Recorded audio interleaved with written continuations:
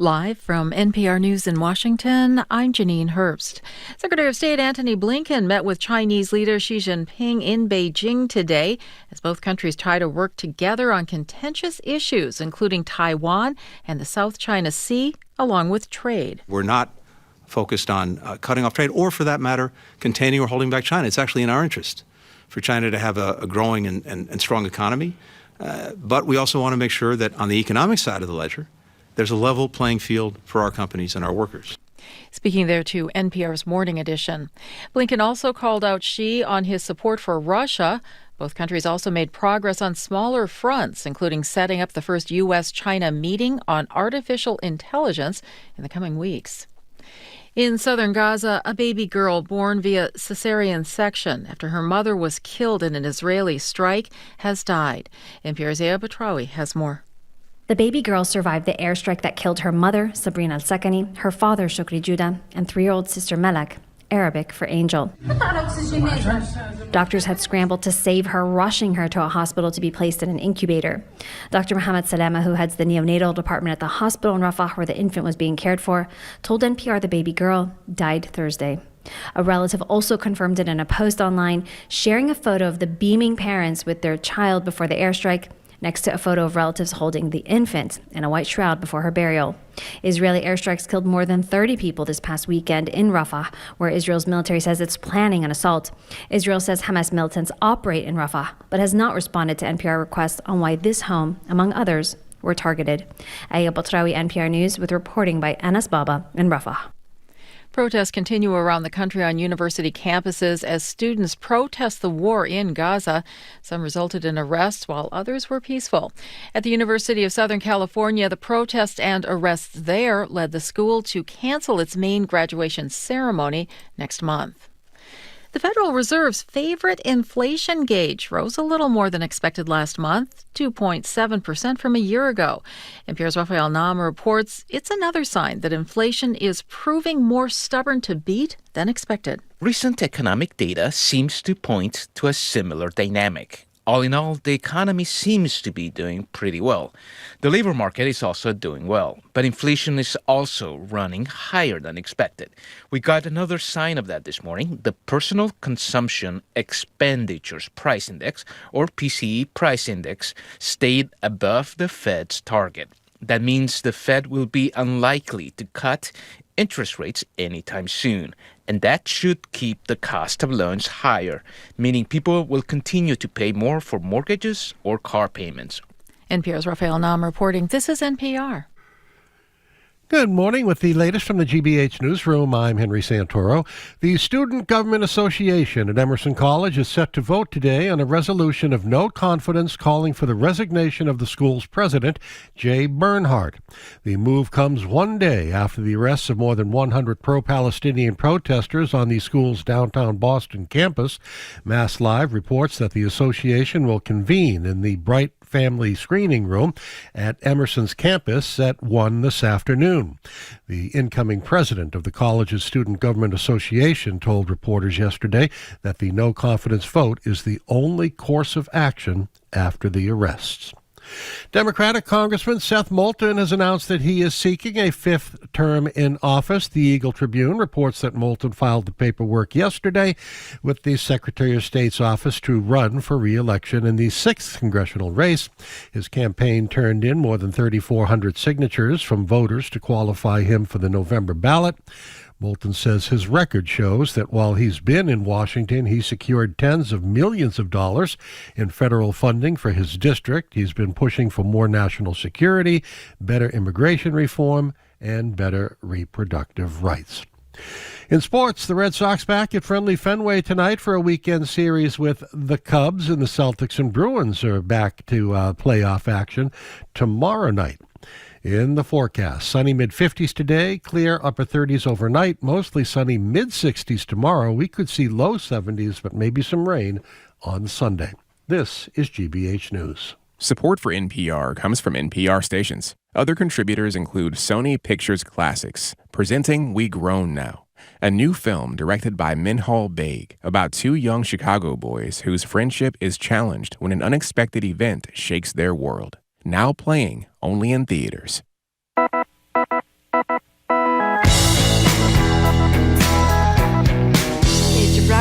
Roger Egan. You're listening to Boston Public Radio, 89.7 GBH, I should say, actually. Thank you very much. We are broadcasting live from the Boston Public Library, streaming at youtube.com/GBH News. Just a little while, we're going to be joined by this fantastic local band, Bermuda Search Party. Even though they made a huge mistake changing their name. We'll get to that in a couple of minutes. We will get to that. They're going to be here for Live Music Friday. Next Friday, we're going to be broadcasting live from UMass Boston's University Hall. That's over in Dorchester, right on the water there. We're going to be joined by the governor, Maura Healey, Gina McCarthy, who used to run the EPA, Dorchester girl, and a UMass Boston graduate and kayak founder and philanthropist, Paul English, and even more. You don't need any tickets or RSVP. You can just show up. By the way, you don't need to be associated with UMass Boston either. No, you don't. You can just show up, correct? That's right. Yes. Hi there, Marjorie. Hello, Jim. So yesterday in New York Appeals Court, the highest court in New York State, overturned the rape conviction against disgraced Hollywood mogul Harvey Weinstein. The court found in a 4-3 ruling that Weinstein had not received a fair trial, in part because the trial judge allowed testimony from women whose allegations were not part of the case. Remember, more than 100 women made public allegations against Weinstein. We want to hear from you on this at 877-301-8970 to call or text. What does this decision by the state's highest court say about the inability of the judicial system to deal with the reality of sexual assault, of rape? Do you worry that Weinstein's outstanding conviction in California will be overturned as well? We'll talk about that in a minute. And two, and probably most importantly, the people in this country and around the world are going to get the message that even if the most egregious cases do not stick, that powerful abusers will continue to be able to get away with it all forever. Say maybe a former president who is sitting in the exact same New York courtroom where Weinstein was convicted, by the way, today, and he obviously was found liable for sexual abuse of E. Jean Carroll several months ago. Our number is 877-301-8970. We should explain one thing. The conviction and the sentence was overturned in New York State. Correct. There's an outstanding rape conviction from California with a 16-year sentence. Weinstein is in jail. It's unclear if he'll be transferred to a California prison. But the exact same problem that the majority of the state court in New York said led to the overturning, namely that women testified about alleged sexual assault by Harvey Weinstein in cases where there had not been criminal charges, exists in California. There were a number of women who testified, and that was what, again, as I say, the court in New York said was why they had to overturn the conviction, why it was unfair. There were 4 women who testified in cases where Weinstein was not charged, and you explained to me the law is a little bit different there. Having said that, the fact pattern is very similar, and his lawyers are filing their appeal on May 20th. I assume claiming the exact same thing. I think they will claim the exact same thing. In Los Angeles, the prosecutors there initially sought 15 additional witnesses because there were so many women that had claimed sexual assault or rape against Weinstein. And those people included Daryl Hannah and Rose McGowan, the 2 actresses. But the judge narrowed it down to 5. One of the women dropped out. They had 4 extra witnesses, prior bad acts witnesses, they call them. Right. In Los Angeles, they had 3 in New York. But you know what? The judges who dissented in New York, I think they were absolutely right. They said that we have. They called the other judges that voted to get rid of this case traditionalists that really didn't look at the uniqueness of sexual assault cases because they often are one-on-one. There's nobody else in the room, and it's a he said and she said, or it was consensual sex. Harvey Weinstein claims that everybody was having consensual sex with him.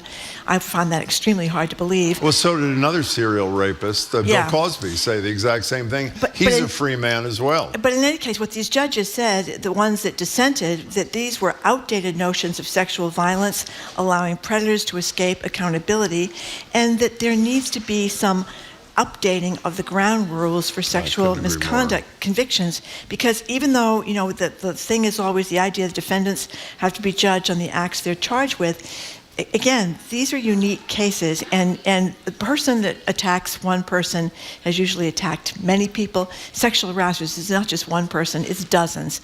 The priests in Boston, they didn't just abuse Donald Trump. one kid, it was hundreds. The Nasser, the coach with the gymnastic kid, Dr. Nasser, who abused these young gymnasts, hundreds. So it's the same thing. You have all these people, and if just common sense tells you that if you just have one person up on the stand, you can't mention any of these other things or any of these other attacks. There's a problem there. Well, the court, in all fairness, the court didn't say you can never do that. The court said that the judge in this case overstepped. But it's a risky proposition, and I think you're right. The message to prosecutors is you better be very careful. And if you choose to bring other victims, survivors of sexual assault, of rape, into a trial where there has not been a criminal charge, you can have the whole thing jeopardized. I agree with the minority opinion on that court that you just read from. I agree with you. The basic message of this thing, if you're going to rape somebody, do it one-on-one. And I'm serious. That's basically the message to abusers, in which case you have a fairly good shot of getting away with it. And 99% of the time, it is one-on-one. I know that. There's not usually a third or fourth witness watching this go on. You know what I mean? So that makes it extremely... Do you know that New York State law, until not terribly long ago, maybe 40 years ago, required there to be corroborating evidence, or a charge could not even be brought, much less a conviction? And it's sort of returning to that state of the law with this New York State Supreme Court decision. So we want to know your reaction to this, 877-301-8970. And we also have the reaction of Tarana Burke, who started this whole thing, the Me Too founder, on the overturned conviction. She was speaking yesterday at some red carpet event for Time magazine. I think we need to ask, what does our judicial system need to do? Not what do we need to do, right? The movement is doing what we're supposed to do. We are out here educating, organizing, building a strong movement. But what does our judicial system need to do? After everything they've seen, after all the evidence, after all the testimony, after all the narrative, what do they need to do differently, right? They need to do their work. We need to lay this burden down at the feet of the people who have been charged with protecting us. I guess I would say great. It was great. I love that. Before we get to the calls at 877-301-8970, you can text at the same number. What the judicial system is doing is, I think, reflecting what half of America thinks. Half of America thinks a credibly accused serial sexual abuser is the appropriate person to be the next president of the United States of America. Well, yeah. But what do you mean, yeah? Yeah. I think the big thing here is that for every 1,000 sexual assaults, and our staff got us these numbers this morning, only 310 are reported to the cops. That means that rape victims don't believe they're going to get justice, and these kind of cases just underscore that they think that the cops weren't going to help them, or they worried about retaliation, or they worried about Donald Trump. Marjorie, I don't know why you said yeah. I know. 24 a credible accusation of sexual assault. Luckily, he was found civilly liable in the Eugene Carroll case. That's right. But in 24 cases, he wasn't. Well, some things never change. People that believe Trump say, oh, these women are all out to write their books and make a lot of money. Show me the people that have made a lot of money. Eugene Carroll has made a lot of money. She is a big exception to the rule, and she hasn't even gotten it yet. And they all say, oh, it was just like the Catholic Church. Oh, these kids want to go into the Catholic Church. Really, that's what this is all about. People, for some reason, don't want to admit these things happen, and they take the side of the rapist and the abuser, not the side of the victim. 877-301-8970. Nate and Easton, you're first on Boston Public Radio. Thank you for calling. Hi. Hi. Actually, I'll just say two things really quick. One is just what you were talking about, which is, I think cognitive dissonance plays a huge role. So people are grounded in their beliefs, and something that challenges them, their beliefs, is, I think in the case with Trump, I think that's very much so the case. It's not so much that they believe him, but they want to believe him. Yeah. Therefore, vote for him because he stands on. There's that, and then also I think that with the Weinstein incident, I think that sends a message to the world that, hey, bad actors who are rich and wealthy, come on over. I think that is exactly the message, and Marjorie has said that repeatedly. And thank you, Nate, for your point of view. We appreciate it. 877-301-8970. You know, it's really sad how this whole case plays into just a general fed-upness with the judicial system. You know, we sat there and listened for 2 hours to the Supreme Court yesterday, and Samuel Alito didn't want to hear anything about the Donald Trump case. Every time they try to bring up the insurrection on January 6th or what he did to inspire, he didn't want to hear about that. There's no sense of urgency. There's no sense from the Supreme Court of the United States that it's important to know whether Donald Trump is guilty of trying to overthrow an election before the next election. I couldn't agree more. No sense of urgency. So I think there's something wrong in general with our judicial system. And if you're poor or a person of color, you've known forever that there's something wrong with the judicial system. But, I think a lot of us are stunned by this level of dysfunction. Can you imagine Harvey Weinstein being a free man? I mean, that's not inconceivable. Again, all that stands between him and freedom is a case in California, an appellate case, that'll be very similar to the case that caused the overturning of his New York State conviction. Bill Cosby's a free man. Yeah. He was drugging and raping women from the counts of all those dozens of women. Mm-hmm. Once again, he got out of jail, and Donald Trump could be the next president. So, and those of us who put our faith in the judiciary, as I kind of did, Me too. have been proven to be very fools. Yeah, Jay in the car. Hi. Hey, Jay.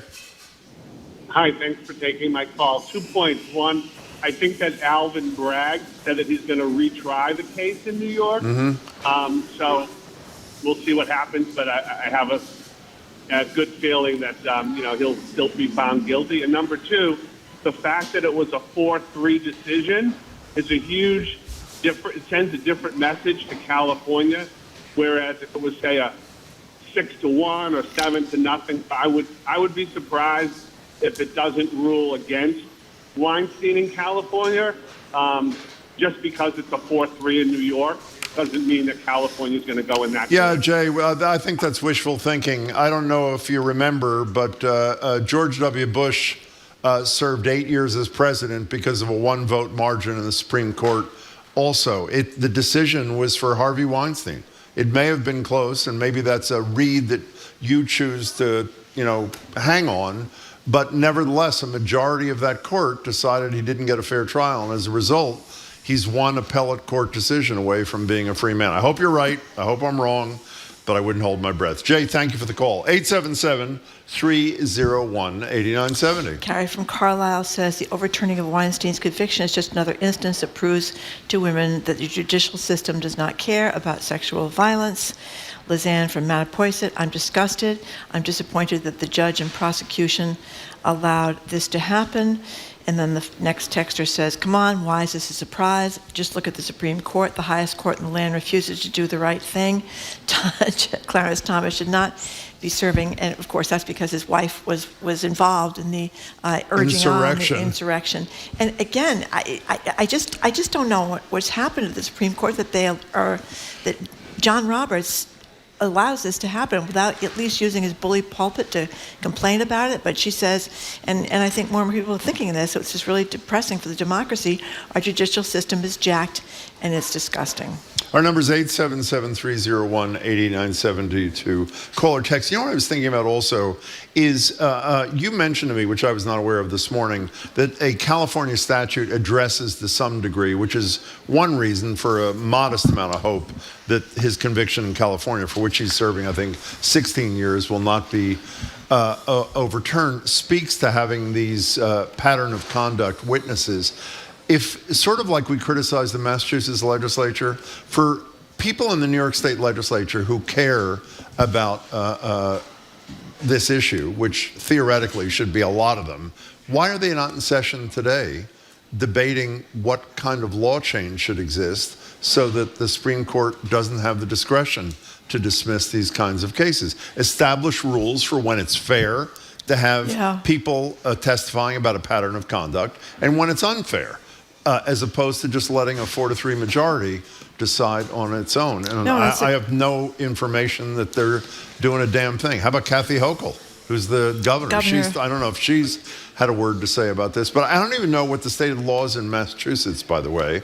And the question is, should we be taking a look at our laws to make sure that in similar situations, our SJC couldn't be making a similar decision? As I said before, the usual law is defendants have to be judged on the crime they're accused of, right? But the argument being made today is that because sex crimes are unique, we need to look at that law because because there are almost always patterns. It's not one person; it's many people. Well, but I'm sure the lawyers for the state there in New York said he was judged on what he was accused of in this individual case. The other women, how many were? 3 women who testified, 3 in New York and 4 created, in LA. again, an environment in which the jury could make a decision. They didn't prove that he was guilty, and that's the fine line that I assume that juries have to decide. Jennifer in Rhode Island. Hold on for one second before Jennifer, one comes second. I'm always getting these texts about Bill Clinton and how come everybody defended Bill Clinton. People were unaware of Juanita Broderick, at least widely, when he was That's correct. when he was elected to office. People didn't know about that. And Monica Lewinsky again was after the second time he was elected. So it might have been different if people knew it beforehand. Another, by the way, and since you raised the issue, the text, another man who I think was credibly accused of rape. Oh, absolutely. I mean, he was. And by the way, for a while, he was ostracized by the Democratic Party. Remember in the last, I think it was the midterms in 2022, not one Democrat running for office urged and asked him to come speak for them, which is really unusual for a sitting president, a former president. He used to be quite popular, but he was standing with the other presidents just a couple of days ago. So obviously, maybe things have changed there too. Jennifer in Rhode Island, thank you for calling. Hi. So I was going to talk about the Supreme Court yesterday, but now that you brought up Bill Clinton and Monica Lewinsky, there's been nothing to help women move forward, just like there's been nothing to help colored or people of color move forward in the judicial system and get support. And then yesterday, with the Supreme Court talking about the 3 arms of government, and to your point earlier, they should be urgently looking at the presidential arm of it and making sure that we don't put in someone who will become a tyrant. Well, except the majority support this tyrant. Yeah. And so I'm serious. I mean, I'm hoping it's I think not a credible case can be made. The majority. That's why they've chosen to delay. Jennifer, thanks for the call. Andrew Cabral made a great point before we break, by the way. Andrew Cabral made a great point yesterday, reminding us that earlier on, Jack Smith, the special prosecutor, asked the Supreme Court to decide this issue of immunity early on in this process so it could be put behind them the trial could proceed. But you know what they rushed to do back in March? They rushed to make sure Trump could be on the ballot. Was it Colorado? Colorado case, They rushed to do that. You're totally right. But I am hoping, and I could be wrong, that we could have a girls' vote here plus Roberts. It could be Ketanji Brown Jackson, Sotomayor, Coney Barrett, who was pretty good. She was pretty good. Yesterday. I agree. Yesterday. She's quite good. And who did I leave out? Oh, Kagan. Kagan. Yeah, and Roberts. I'm hoping, but I'm not hopeful. Let's put it that way. Before we break, Deb texts and says, Clarence Thomas is a sexual abuser. What does that say about the Supreme Court? We forgot that. We were talking about him being an insurrectionist, but and you know what? Point. There's another case where Joe Biden, and it was his fault, would not let 2 other women talk during the Clarence Thomas hearings, which might have changed history. He wouldn't let those 2 women come forward to corroborate what Anita Hill said. And shame on him. For those who don't know the history, just so around what Marjorie just said, Senator Joe Biden was the chair of the Senate Judiciary Committee during the nomination hearings, of the confirmation hearings of that very same Clarence Thomas. Okay, we're talking about the overturned rape conviction for Harvey Weinstein. Stick around. You're listening to Boston Public Radio, 89.7 GBH, broadcasting live from the Boston Public Library and streaming at youtube.com/GBH News.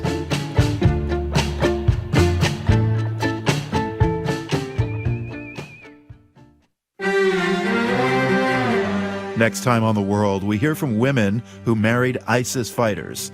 This Syrian woman married an American who joined ISIS. لازم يساعدون البنات أقل شيء. ما ياخذون اللي غاد لا ياخذونهن بس أقل شيء يساعدون. Now she says the U.S. government should help her 2 daughters she had with her American husband. That's next time on The World. This afternoon at 3, here on GBH News 89.7. Support for GBH comes from you and Mass General Brigham Health Plan. Innovative plans, coverage, and a broad network of doctors. Mass General Brigham Health Plan, with you every day. For more information, you can visit massgeneralbrighamhealthplan.org. And Mass Cultural Council, an independent state agency committed to supporting the vibrant creative and cultural sector of Massachusetts. Learn more at massculturalcouncil.org.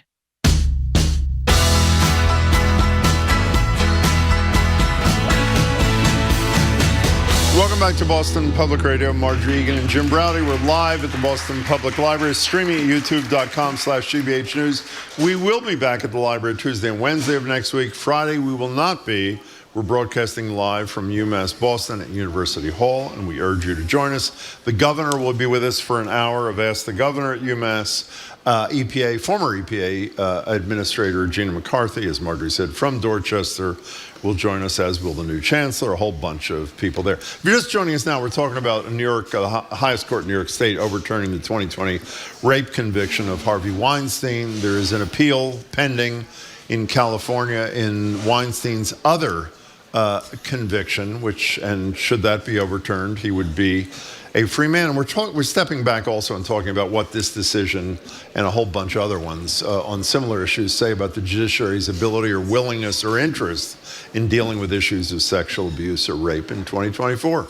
You know, we're getting so many people that are texting to say what Deb just said. Clarence Thomas is a sexual abuser, and he's on the Supreme Court. What does that say about our Supreme Court? And of course, Kavanaugh was accused of attempted rape in high school, which is not a great thing either, needless to say. You know, one of the, well, actually, this is just going to aggravate me, so let's not get into it. Ken in a car, now I'm going to aggravate myself, which is real. That's something I can control, sort of. Ken in a car, you are next on Boston Public Radio. We appreciate your call. Hi. Hi, how are you? We're Midland. Thank you for asking. Welcome. All right. Well, no, I just, this is one of the most difficult types of cases. Mm-hmm. And I have a daughter and a sister, means a lot to me. But like every other criminal case, there needs to be evidence. And as disappointing as this overturning is, I would hope with the E. Jean Carroll case and others that one of the things that might be improved in the future is women to remember to, as hard as it is, get some support and report these things right when they happen as best you can. I mean, you're dealing with a criminal case, there's a high threshold. Yeah, but Ken, as I think Marjorie intimated before, the reporting rate is really low, and you wake up this morning and read that Harvey Weinstein, who has been accused by 100+ women, is one appeal away from being a free man.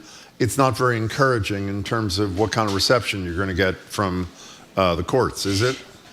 I mean, I'm with you. Obviously, we should do whatever we can to support them, and the legislatures should do whatever they can to shore up the laws. But again, Ken, because there's been a recognition since the pre-scandal that sexual assault and rape is different, they've extended the statute of limitations. In some cases, civil for the most part. Civil, not criminal for the most part. It's civil, but they've extended some cases that statute of limitations because the realization that kids that were abused when they're 10 often are 40 before they come forward and talk about it. So it's a different case than getting robbed at the grocery store. You know what I mean?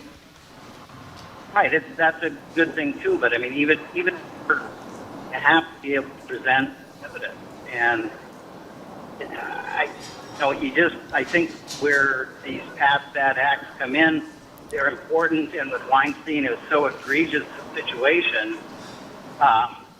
Allowing more of that in might be a good thing, but you still have to have some protections for people that might be innocent and be accused. But that's, again, where the legislatures are paid to make those decisions. They should go meet and make those decisions so that judges by a 4-3 margin can't on their own decide whether somebody goes free. I mean, they need to strengthen the laws while at the same time protecting the right of the defendants as well. Ken, thanks for the call.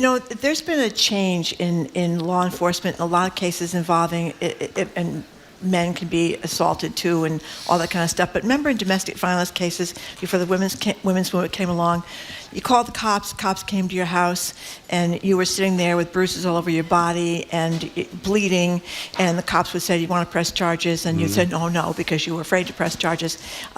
We changed that rule. The cops came to the house, and the guy was getting out of there. They were pressing charges, whether you liked it or not, because women were afraid. Same thing with rape cases. When I was a young reporter, I remember you were still asked what you were wearing on the day that this particular incident happened. You were asked about your previous sex life. You were asked all these kinds of questions to make you look like somehow you deserve this. The judiciary changed. The way we try these cases changed. And I think that's the issue. These are different cases, and we need to respond more thoughtfully than traditionally, like these judges in New York did. Susie from Bellingham, thank you for calling. Hi, Susie. Hi. How are you guys today? Good. Oh, let me turn down my radio. No, I was initially calling in about President Clinton, but I just want to say quickly that I do agree with you guys. Laws have to change. And in cases of rape, a lot of women, I think, are still afraid to go to the hospital and get that rape kit done. And that would be your proof that you were raped, But anyway, Susie, you know how I behind? agree on all that. I just want to interject for a minute. Susie, wait 1 second. I just want to interject a minute. There are police departments all over America that are like months and years behind in testing those rape kits. So you can't put too much faith in those either. But what were you going to say about Bill Clinton, Susie? Yeah. I just wanted to say about Bill Clinton that I don't believe Bill forced any of those women. Oh, my God. I'm not trying to... no. I'm just listen to me, Jim. I'm listening. I didn't cut you off. I'm just, no, I'm just saying, I believe that those things that he did was between him and his wife.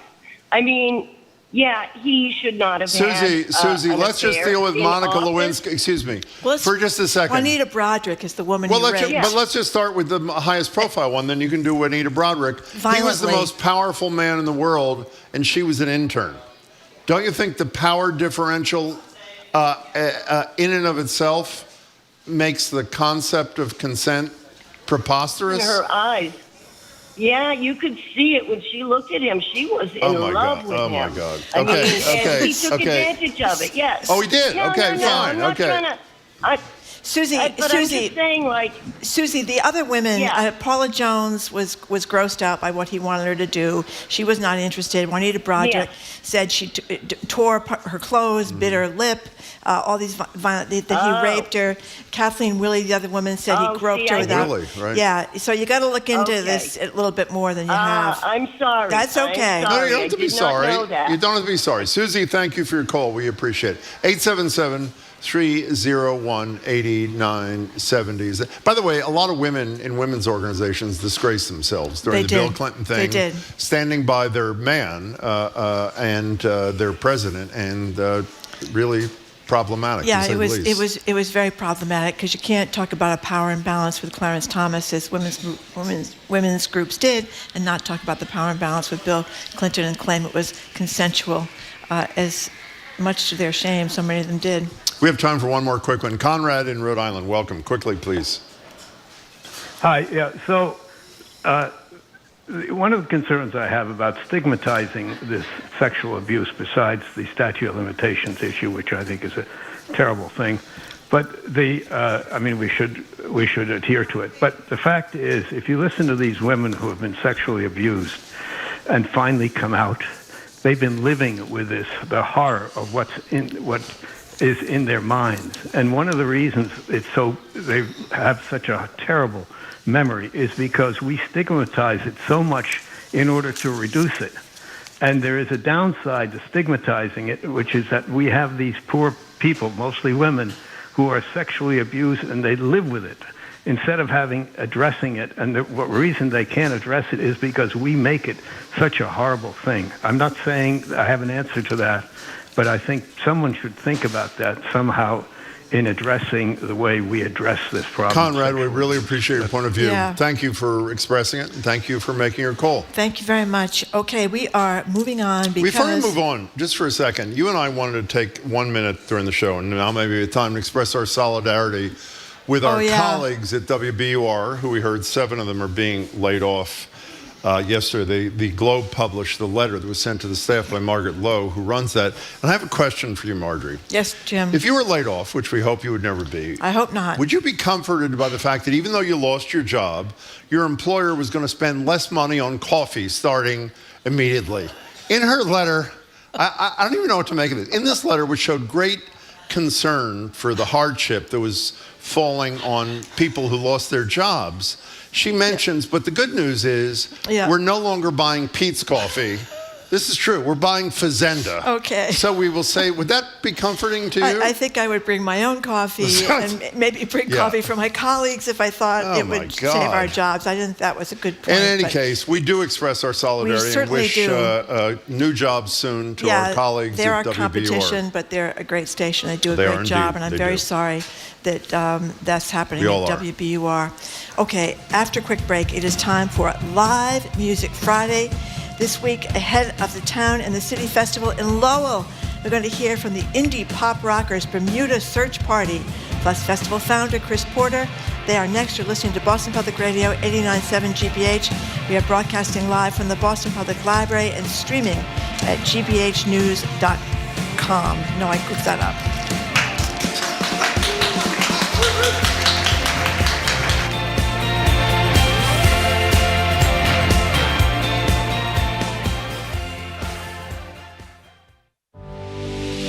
Behind every headline, fourth Walgreens to close in Boston in just over a year, is a human story. This is a crisis. We are at a crisis point in our communities where we are depriving access to adequate health care. For many folks that are dependent on their medication, we know that high blood pressure can lead to a stroke. So for us, it's a matter of life or death. GBH News with NPR. What matters to you? Funding for our programs comes from you and Native Plant Trust with Garden in the Woods in Framingham, a source for pollinator-friendly native plants for sustainable gardens grown from seed and without any pesticides. More information available online at nativeplanttrust.org. And Bernadine Sung Magazine with Compass Real Estate, serving buyers and sellers throughout Greater Boston. Learn more at homesbybernadine.com.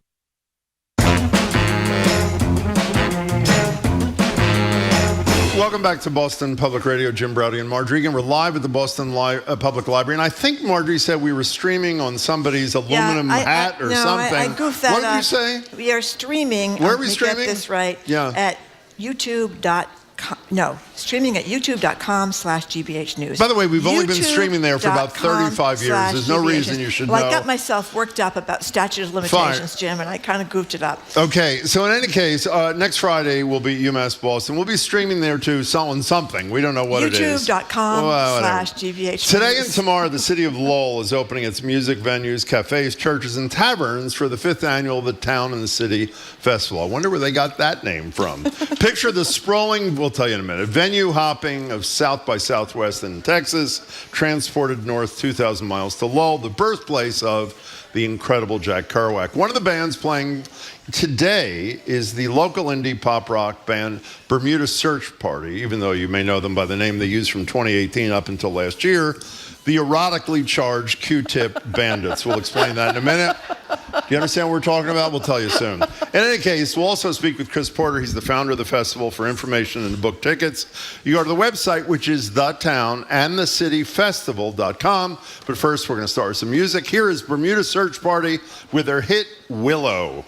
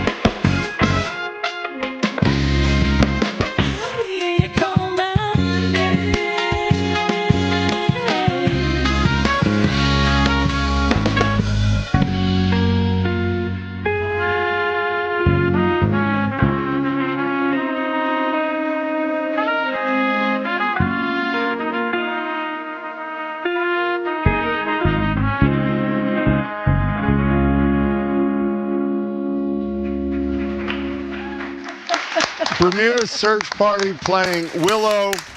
Two members of the band are going to join us, Leo's son, Claire Davis, along, as we said, with Chris Porter, who's the founder of the festival they're going to be playing at tonight, the Town and the City Festival. Go to the townandthecityfestival.com. Leo and Claire, that was great. Welcome to the show. We're so glad to have you. Thank you. Thank you so much. Happy to be here. Great. And before we get to what the festival's all about, tell us about your band members. Who else is in the band besides the two of you? So it's the two of us. We have our trumpet player and keyboardist, Macklin Tucker. We're joined by our drummer, Jason Gujic, today. And we also have Hoyt Parquet, who is on trombone, but he Where the hell join is us today. Where's he? He's busy at work. Oh, okay. We'll get to work, actually, in a second. While you're stuck in traffic By or the way, something. before we get back, are you guys all Berkeley people? We all went to Berkeley. Everybody's Berkeley? Yeah. In the Roger Brown era? Is that when, was he the head of the school? Yeah. He was. You're hesitating in your response to that. Is there an issue with Roger? I think there was like a changeover time period. Okay. Yeah. Chris, tell us a little bit about the festival. This is the 5th year it's happening. I didn't even know I was going to get through one. It was a kind of an experiment back in 2018. I've been working in the festival world for like over 25 years. I worked on the Bumbershoot Festival in Seattle for many years, and I also work on another festival called Hardly Strictly Bluegrass in San Francisco. But I'm a Lowell native, and I spend part of the year here. And it started with some casual conversations with some of the city officials about bringing more events and more economic development to Lowell. And you mentioned, Jim, earlier about South by Southwest. That's a great example of that venue hopping experience. And I thought to myself, that kind of thing could work here in Lowell. It's very walkable. There are a lot of venues or places I can make into venues for the weekend. Maybe I can come up with this. I also took some inspiration from some smaller cities doing festivals like that. Like in Boise, there's a festival called Treefort Music Fest, and in Knoxville, another one called Big Ears. I'm very bullish right now what's going on in smaller cities because creatives have a hard time, doing stuff in the big cities, and so as far as affordability is concerned. So Lowell's really been growing as a creative center. It's huge for visual arts, but music, it's been really growing. So I started it out, the experiment worked. I'm like, okay, I'll try this one more time. And then in 2019, we saw some growth. Obviously ran into the pandemic, but in 2022 we brought it back, moved it. It had originally been a fall festival. We moved it back to April, which is for a variety of reasons been working out much better. So last 3 years we keep seeing some growth and more interest, and we got a big party this weekend to throw. You'll tell us more about it in a minute. So Leo, I don't want to start with criticism, but I started before. You made a huge mistake with this name change thing. You were called the Q-Tip Bandits. And the reason we think you made a mistake, I know I speak for Marjorie, we have done probably 30 shows through the years on the, as I say, the erotic nature of the human relationship to the Q-tip. You with me so far? I'm with you. Okay, as much as I can be. So exactly. So why exactly? Excuse me, Jim would like to talk about his own erotic relationship. Excuse me, who has not had an erotic experience with a Q-tip? Raise your hand. Nobody. Exactly my point. So why'd you change? Well, Claire, why'd you change the name of the band?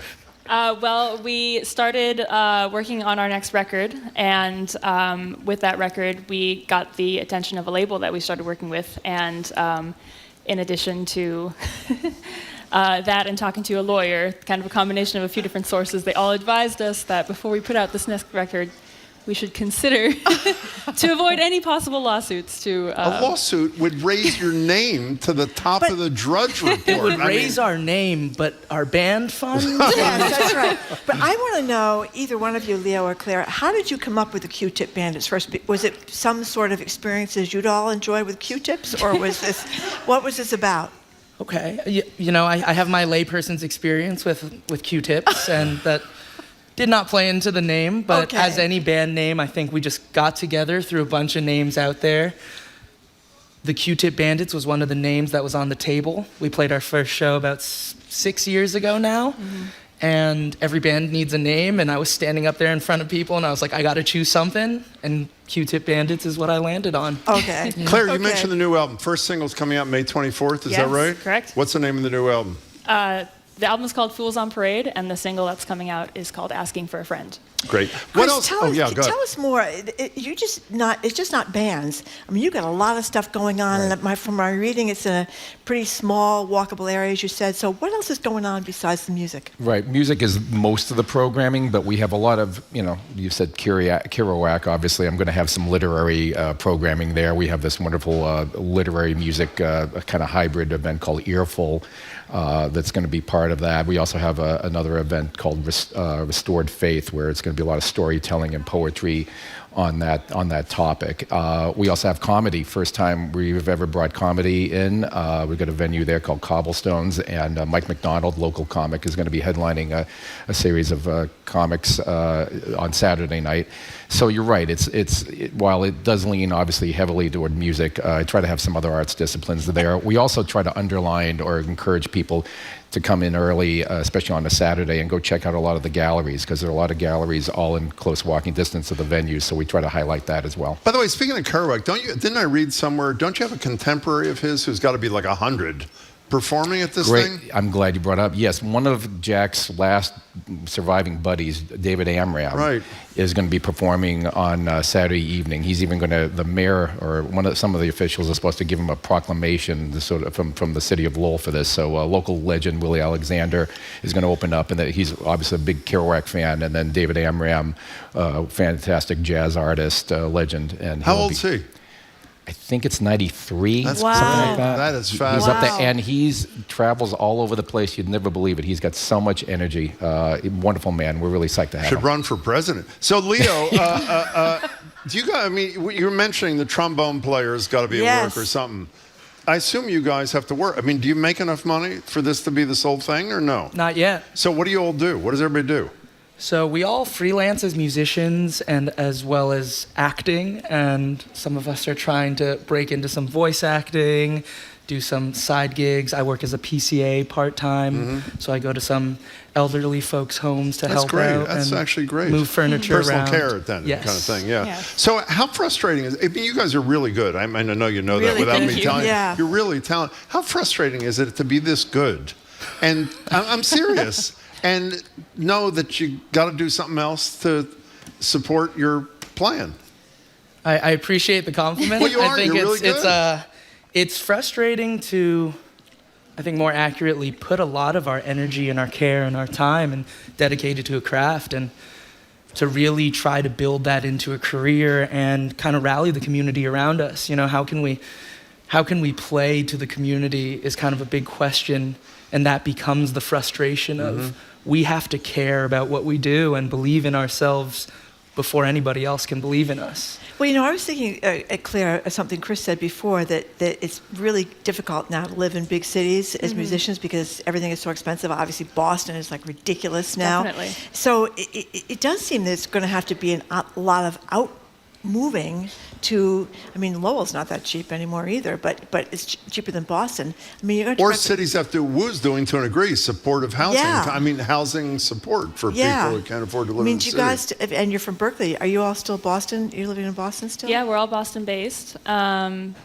Leo's from here originally. The rest of us are from all over, but kind of found a home in Boston now. But yeah, it is. You know, it's an expensive city. It's tough out here, especially as creatives and freelancers. But we're very grateful for the community that we found here, and everyone has been so supportive of us and our music, and that really helps us both financially and just in morale to keep us going and keep us here in Boston. You know, Leo, one related question, then you guys are going to play for us again, is we've had Roger Brown on the show, who's the former president of the school. And what's the name of the thing he's now? Bright Horizons. No. What's Salt Lake Incubator. And we had actually a Berkeley grad who was part of the incubator with Roger last time he was here. Do they teach you, as part of the curriculum at Berkeley, teach young artists like you guys how to make a living and how to be a business success? Or is that like good luck and learn it on your own kind of thing? Not enough. I think it is touched on, but not enough. Should be, right? Yeah. I mean, and it's also, it's such a, like, you can be told all sorts of things from people in their lived experience 20 years ago, and it's such a constantly changing industry that I don't even know if there is a good way to teach something like that versus it's just a life experience thing that I think we need to constantly be learning and relearning and working on. What time are you guys playing tonight if people want to go to the festival and see? 9:15. 9:15. At the Zorba Music Hall. Zorba Music Hall, yes. Yeah. By the way, you know, I worry that some people don't know the Jack Kerouac. You only have 30 seconds. In fact, you guys can go join your bandmates if you want. If you can quietly put your... can you just make the Jack Kerouac connection for those who maybe don't know the connection? Well, Jack was born and raised in Lowell. His funeral was in Lowell, and his family was all from there. And he's arguably one of the most famous people to come from Lowell, and I didn't when I started this festival. Paul Sangas and Jack Kerouac. Who else are we talking about? Well, Ed McMahon was from there. He was not. He wasn't born. Does anybody know who Ed McMahon is? Ed McMahon grew up in Lowell. Johnny he Carson's sidekick, for those who don't know. Sorry. And there was somebody. Oh, and James McNeil Whistler's mother painter. He's from there. Whistler's mother. That's pretty good. That's not much. Okay. But anyway, I'm sorry. It's just not much. It's the townandthecityfestival.com. Is that correct? That's correct. Over 60 performers, over 17 stages. Come on up, folks. And now Bermuda Search Party playing, I believe, Asking for a Friend. Is that correct? Welcome. Here we Take go. it away.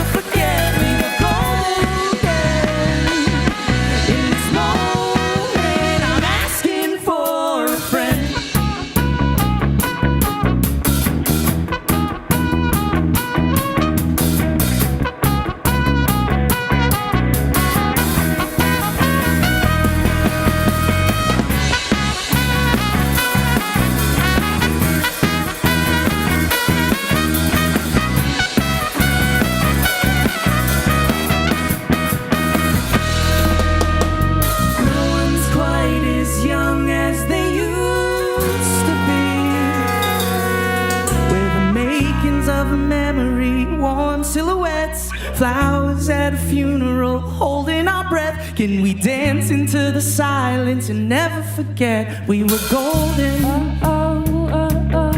in this moment? We were gold in the end. I'm asking for makings of memory, warm silhouettes, flowers at a funeral, holding our breath.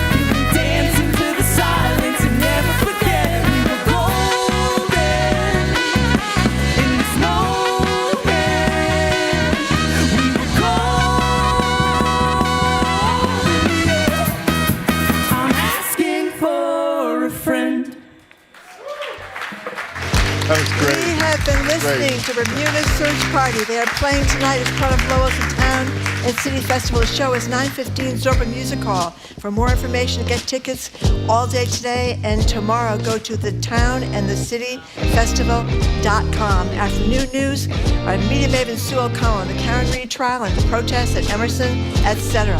Boston Public Radio.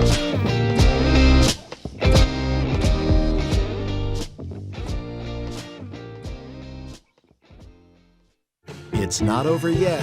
More smart conversation about community issues is up ahead with Jim Braude and Marjorie Egan on Boston Public Radio. Right after a news update from NPR. Stay with us here on GBH 89.7. Our programs are made possible thanks to you. And the Umbrella Arts Center, presenting the Full Monty. Down on their luck, pals from Buffalo search for the courage to bear it all in the hit Broadway musical, now through May 19th. Tickets at theumbrellaarts.org.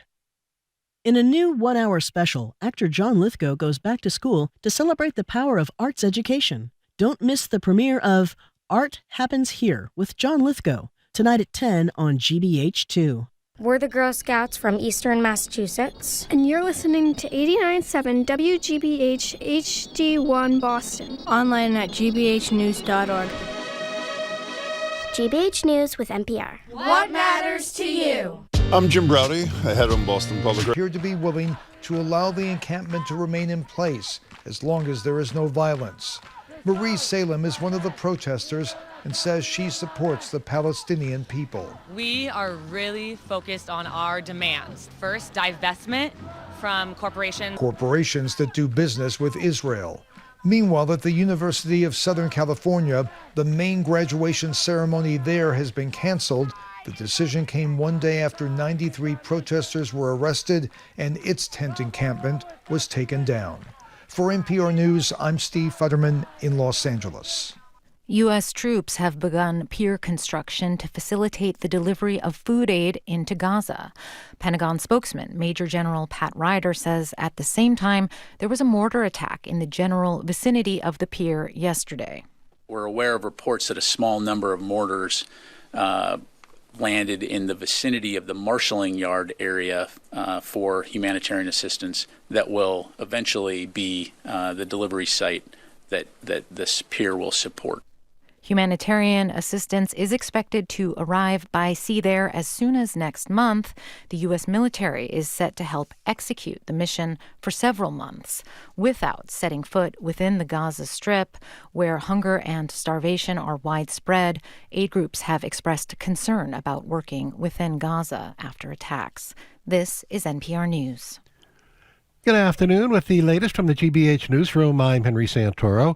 If Quincy City Council members follow through on the suggestion of a consulting firm hired by the city, Quincy Mayor Thomas Koch could become the highest paid mayor in the country.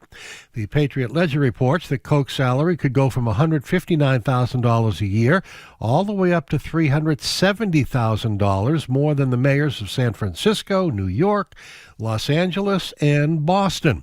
The consulting firm Dormanson says Koch's last raise was in 2015. It was a 28% raise, totaling over $36,000.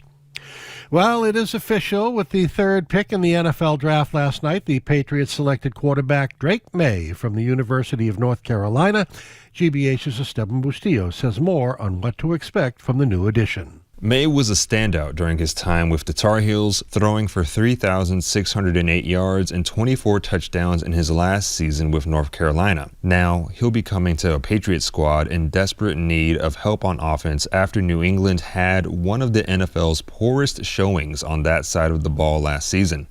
Though there's no guarantee he'll be the team's starter, and that's something May is comfortable with. I think my first thing is just help any way I can contribute. I'm prepared and be ready to be the starter. But at the same time, I think that as a young guy coming in there, it's not given to you. You got to earn it. May was the highest Patriots draft pick since 1994 when the team selected Willie McGinnis 4th overall. I'm Esteban Bustillos, GBH News 89.7. And he's a big fan of reggae music, too. This is GBH News. Support for NPR comes from NPR stations. Other contributors include Fisher Investments. As a fiduciary, Fisher Investments is obligated to act in their clients' best interest. Learn more at FisherInvestments.com. Investing in securities involves the risk of loss. This is NPR.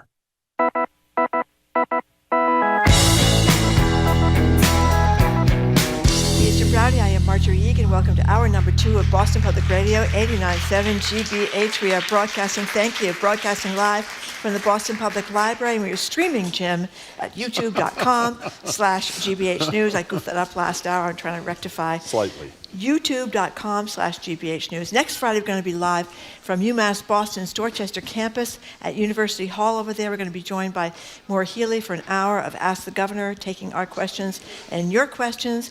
Also, UMass grad Paul English, the great philanthropist and founder of Kayak, and the former head of the EPA, Gina McCarthy. It's going to be a great show, Jim. I have an addendum to the prior segment. You know what we were cross-examining Chris Porter about famous people from Lowell? Yeah. Christopher Myers, you ever heard of him? I have. Myers and Chang and Flower Bakery, along with Joanne Chang, just texted and said, you know who else is from Lowell? Who? Betty Davis. How about that? that? I did not know that. Well, you know now, don't you? Yeah, that's pretty good. Chris Porter, you listening? Where the hell is he? Well, whatever. In any case, we're joined now on Zoom by our local woman who's going to break down the New England Patriots draft. Comedian maven, maybe not, Sue O'Connell. Sue is co-host of NBC 10's Boston's At Issue. That's every Sunday at 11:30. Follow Meet the Press. And is featured on Canton Confidential, the Karen Reed trial. That's weeknights at 7 p.m.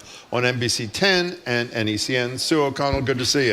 Yeah. Good day, Jim. There's only so many things I could be an expert in. Okay? That's right. I had to let the Patriots go. You know, we can't miss the opportunity to point out how weird it is that the Karen Reed trial is televised and the Donald Trump trial, we're not allowed to see that. We have to take second-hand reports.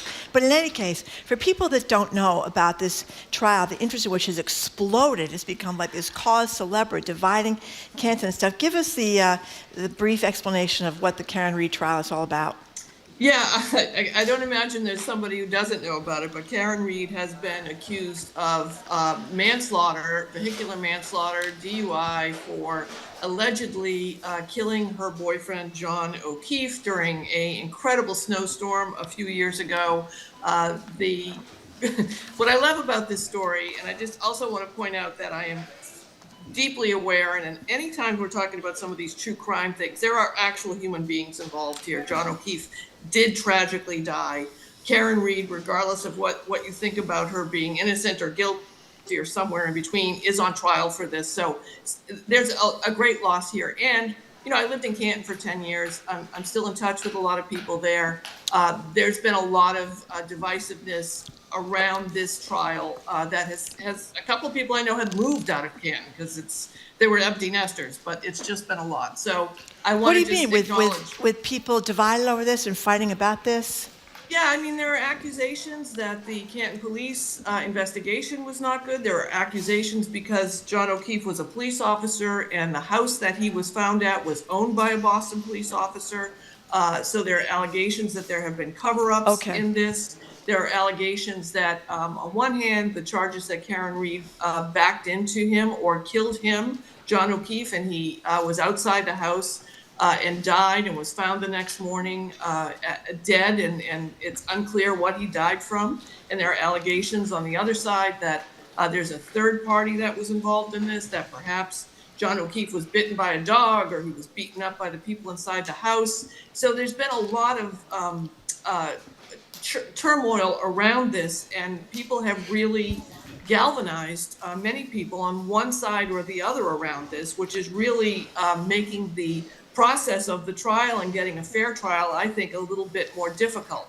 A lot of this stuff that's happening, a lot of the conversation and the coverage usually happens when the trial starts. This actually has happened in the lead up to the trial, and that meant yesterday, the defense and the Commonwealth had a number of motions and pleadings that they were entering about what could be included into their opening statements and in the trial itself, and what couldn't be. So it's a very, very complicated case, which I think if you're on the defense team, you're kind of happy about, because it's hard to explain in just a couple of minutes. But on the other hand, I mean, I hope that Karen Read is able to get a fair trial, because the best way to deliver justice to the victim, I think, is to make sure that Karen Read gets a fair trial. By the way, one other charge, second-degree murder, is part of what she's facing, if I remember correctly. Yeah, my understanding is one of the reasons this has become such a huge issue in Canton is because of the involvement of this blogger, Aidan Kearney, who has been accused of intimidating witnesses and harassing witnesses. In fact, was incarcerated for a while about this. Turtle Boy what's his role? Well, Turtle Boy is, as he has said in a number of interviews, he's a person who wears a number of different hats. On one hand, he likes to fashion himself as a citizen journalist. And in his website for, I think, about 10 years, he publishes a lot of things and posts a lot of things. And sometimes, like a broken clock, he's right? And I've often said to people when they say, how come you're not following up on something Turtle Boy reported? I say that if I published every rumor I ever heard without fear of being wrong, eventually I too would be right about a couple of things, right? So he has been in this sort of citizen journalist world without worrying about libel or slander or getting the source correct or getting third-party clarification, none of the things that journalists try to adhere to, right? And then on the other hand, he's a performer. He's got his YouTube blog and vlog that he really amplifies his personality. And then on the other hand, in this Karen Read trial, he has fashioned himself as a bit of an activist, believing that Karen has been in the least overcharged and then the most is a victim of a conspiracy, according to him. And he has been involved in, allegedly in trying to do some investigation on his own or in conjunction with Karen Read herself in order to prove her innocence or to prove something else. So when you put all those things under one little scally cap, you end up with somebody who has become an instigator. And I got to tell you, when you're at the courthouse and the supporters of the various factions, you know, there are people who are legitimately concerned that Karen Read has been overcharged or that there's a conspiracy of some sort or that the police did not do their job effectively. And then you have people who are supporters of Turtle Boy and are fans and are just out there for the spectacle of it. And then you have people who have really been moved by Karen Read's situation and are wearing pink and trying to be out there supporting her. And, you know, it's really just, and I say the term circus, and, you know, as you know, I'm from Kearney folks, so it's not always an insult. But there is a lot of crazy activity, both in person outside the courthouse and then online, which has any number of people representing themselves as journalists or activists and fighting with each other online. It really is quite a lot. I have a couple. First of all, you in the courtroom every day? I'm going to be in the courtroom, I hope. See, you know, they're moving the trial from the bigger courtroom to the smaller courtroom for a very interesting point. The defense, who's Alan Jackson, who's from California, he's part of the team representing Karen Read. He noticed that 4 of the juror seats in this courthouse in Dedham that has been there for over 100 years, 4 jurors cannot see the face of the witness when they're testifying. It's been that way for 100 years. That is incredible. This is a violation of her right to confront her accusers, right? And so I just think that's fascinating. It took fresh eyes to see that. So the judge has allowed to move the case to the smaller courtroom, but that means, to answer your question, Marjorie, there's only 10 media seats that are available. So oh my goodness. My hope is to be in there Monday and then drop in. We'll be broadcasting it live on NECN the entire trial, but I'll be dropping in when things call for it. I have a couple of questions for you about this thing. Apparently, this judge believes she needs more jurors and alternates, not jurors, but alternates, than even the judge believes in the Donald Trump case. Is that because people are dropping out and because of this endless, as you describe it, you know, this infighting in the city? Is that what they're concerned about? Yeah, so it's been interesting. I think they saw over 300 jurors over a period, I think, of about 4 days, and I was in there for jury selection. And unlike the Trump trial, where I think they asked you a couple of questions, and if you raised your hand, you were immediately, dismissed.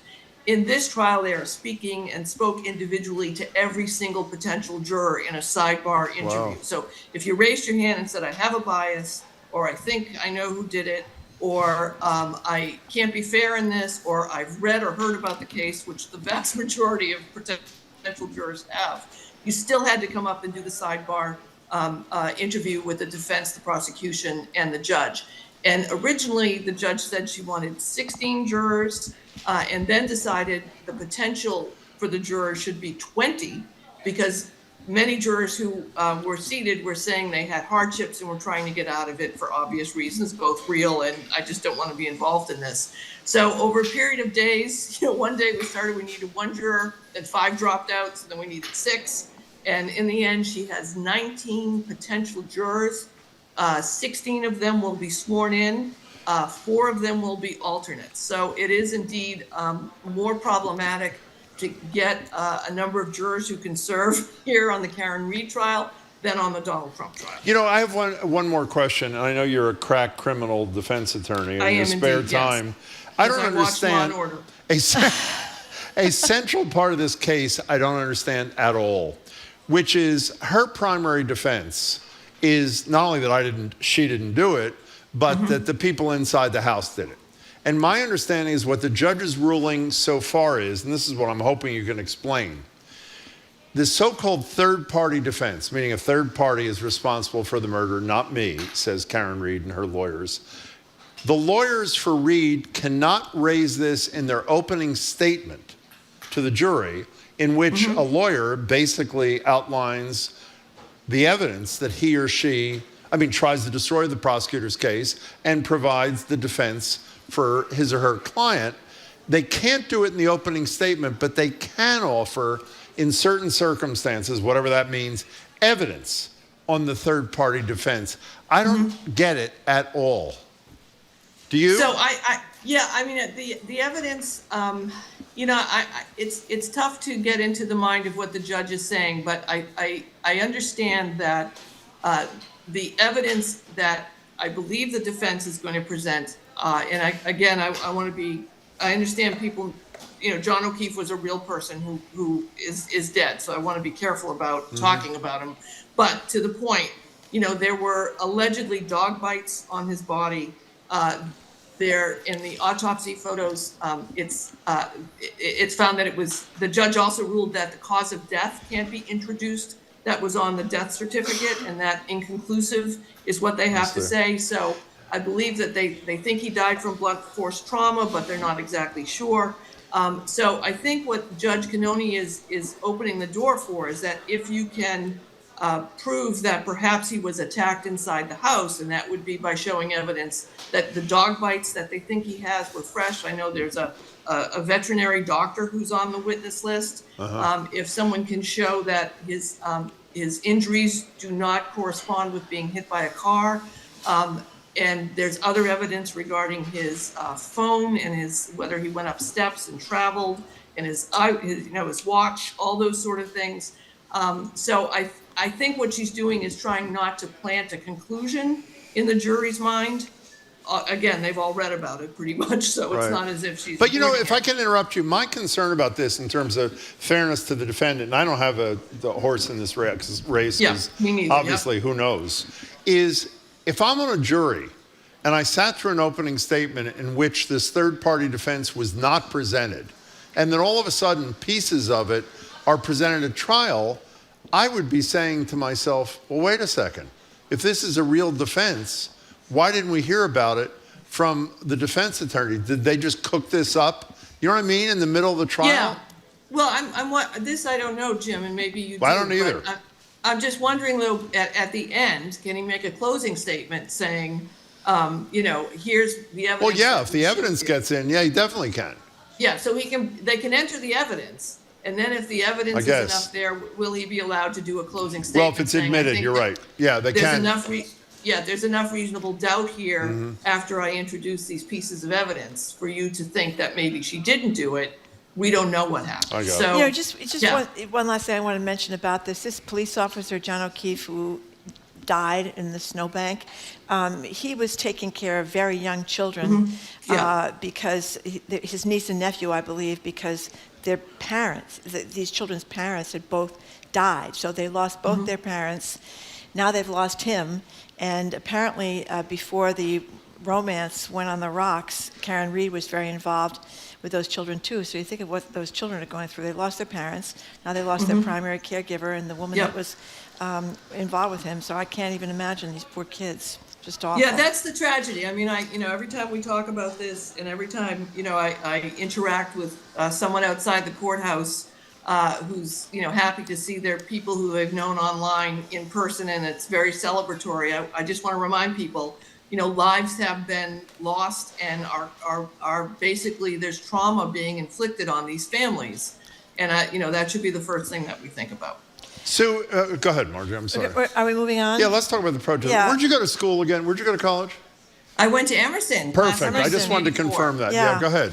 So we had a protest there in that alleyway by Emerson College. I think it's off of Boylston Street. And it leads into the transportation building. Leads into the transportation building, where a bunch of Emerson kids were there protesting what's going on in Gaza, the killings there, and the cops move in and arrested them.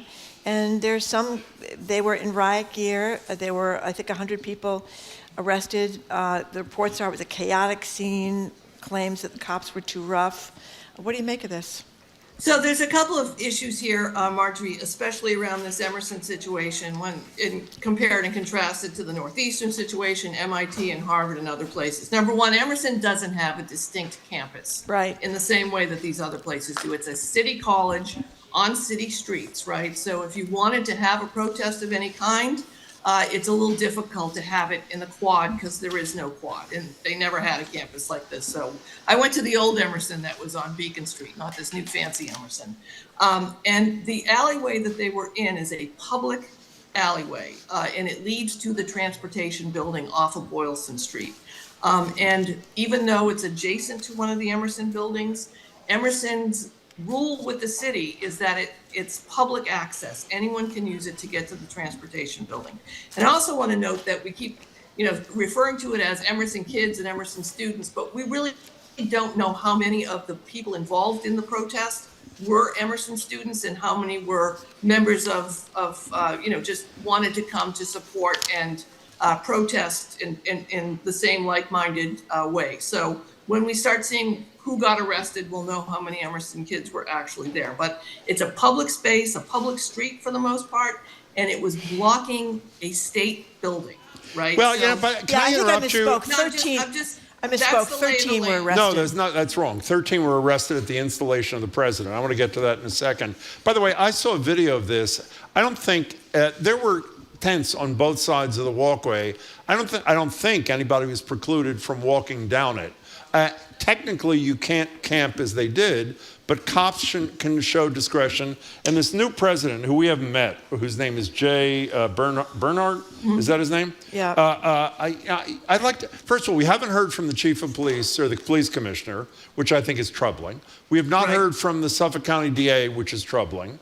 I don't think we have heard from the president of Emerson, who we should clearly hear from in light of the fact we know the prior president, Lee Pelton, quite well. He's now head of the Boston Foundation, et cetera. 13 kids, students, were arrested outside the presidential inauguration for protesting. This is on March 25th or 24th, protesting the same thing, the war in Gaza. And I have to say that while technically they may have been within their rights to arrest these people, it seems to me the judgment on the part of the university president and maybe the police, it'd be great to talk to them, is suspect. I mean, this is really, by the way, a demonstrator should realize arrest is a possibility. That's what you go into a protest understanding. But I have to say, I am deeply troubled by what, at least based on what I know, is an overreaction. Not only yesterday, but again, this president, 13 arrested at his swearing in. Yeah, to your point, Jim, we don't know. We don't know who said the police That's should why take action. The commissioner should speak to the press, to the public. Right. I want to point out two things. Carol Rose, our buddy from the ACLU, is on with us all the time. She's the executive director of the ACLU of Massachusetts. She was very concerned about this, the arrest of 108 people. She said, "We are concerned that campuses and law enforcement nationwide are increasingly cracking down on political expression, rushing in police to arrest protesters and authorizing aggressive treatment. There's a distinction between removing encampments to ensure safe access and using physical violence against students." By the way, the Student Government Association is calling for the resignation of the president. Jamie, can we invite the president of Emerson, to join us if we can? And I mentioned this before when we were talking to Paris and Jeremy this morning, the contrast between this and the Occupy Boston protests, which went on for quite some time right down in central Boston, ended with far fewer arrests, 46 protesters. Yeah, we also had Billy Evans. Exactly right. That was his district, and he gave them their cell phone number, and they were calling him. So I will, to take a broader look at this. The thing too, which has changed, which we haven't really been paying that much attention to, is since the Black Lives Matter movements and social justice and equity movements that happened on the campuses 4 years ago, many colleges have, and also the conservative speakers that have been on campus that had a lot of pushback before that. So there's been some things that have been happening on college campuses which have led administrations to tighten the ability for people to be on campus or not be on campus, and also tighten what activities students can engage in on campus. Because they're scared of the Republicans in the House of Representatives. Again, but also they were unable to remove people from campus in some places, on some college campuses, on whatever side you want to look at, whether they were agitators or protesters, because their rules about public access to the campuses they felt were too lax. So we're about to enter a period this year, and I imagine these protests will continue, where you're going to see a lot more expulsions, and you're going to see a lot more enforcing of the existing rules that the campuses and the colleges have put into place. Which means they're going to be even larger demonstrations. Yeah, and I just want to very quickly add that in the Occupy Boston situation, Bill Evans said, and they were there for 2 months, by the way, in Dewey Square. 70 days. Yeah, 70 days. Exactly. Bill Evans at the time, he was police superintendent, said the operation went very well, no confrontation whatsoever. Throughout this whole operation, we've had a great relationship, great dialogue with the protesters, most of them we dealt with over the past 2 months. So it didn't surprise him that things went peaceably. I mean, it's just. But at the same time, not to be, devil's advocate crazy here, that was in one spot. Right, they were able to contain the Occupy Boston and some other cities to keep it in one spot. And I know that the concern that some administrators that I've talked to is that this would be a far-reaching, every campus, everywhere protesting, which I'm sure is what the point is for the protesters. So there is a bit of a knee-jerk or fear reaction that I think some of these administrators are having. Sue, great to see you as always. Sue O'Connell, we appreciate your time. We have been speaking to our media maven, Sue O'Connell, co-host of NBC 10 Boston's At Issue every Sunday, 11:30, following Meet the Press, and is featured on Canton Confidential, the Karen Reed trial, weeknights at 7 on NBC 10 and NECN. Thank you very much to Sue. Coming up after a quick break, we're going to talk with author Howard Mansfield on his latest book with a lot of details you may not know, I didn't, about what bomber crews went through in World War II, and one of the crew members was his father. Howard is next on Boston Public Radio 89.7 GBH, broadcasting live from the Boston Public Library and streaming it.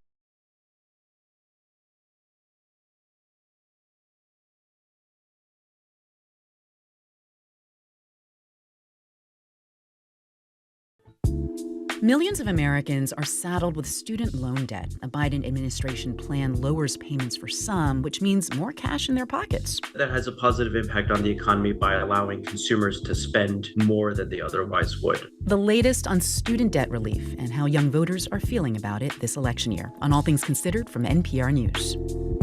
Today at 4, here on GBH News 89.7.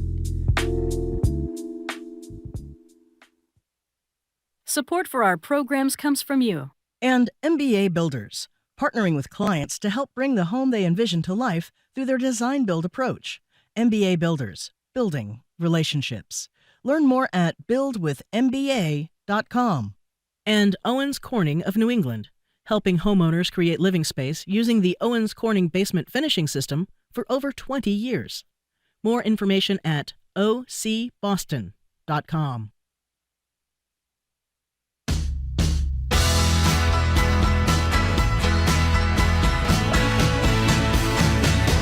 Welcome back to Boston Public Radio. Jim Browdy and Margery Egan live at the Boston Public Library, streaming at youtube.com/GBH News. We're joined on Zoom by Howard Mansfield. His latest spectacular book is I Will Tell No War Stories, What Our Fathers Left Unsaid About World War II, in which the brutality of warfare is not left unsaid. Howard has two book events coming up, one tonight in Wakefield, Rhode Island at the International Museum of World War II, and one tomorrow at Providence Books on the Square. More information at howardmansfield.com. Howard, it's great to see you, and congratulations. Thank you, Jim. Thank you, Margery. Good to be here. Yeah, congratulations, too. This was really a very moving book. But you had talked somewhere in here about how you didn't really want to write much about World War II anymore until something changed. So what changed? Well, my father died at age 94. It's about 6 years ago, and we were cleaning out the family home, and it was the only home the whole family had ever lived in. Needless to say, there was a lot of stuff, layers of time and memory, and just the too muchness of every little.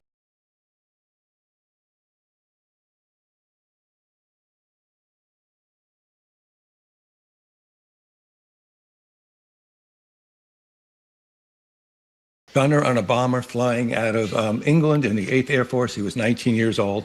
I knew he'd been in the Air Force. He never talked about it like most of the men there. It was a huge surprise. I was just stood there flipping through the pages, and they were shot up. They were coming back on 3 or 4 engines, and wounded crewmen as he eventually would be wounded. And I knew at the time when I was standing there, you were not supposed to do this. The airmen were not supposed to keep diaries because if it fell into enemy hands. I got to the last page, and there was a block of military ease. And it said, sign here and sign here. We will mail this back to you after the war at 1639 Monroe Avenue in the Bronx. And they did.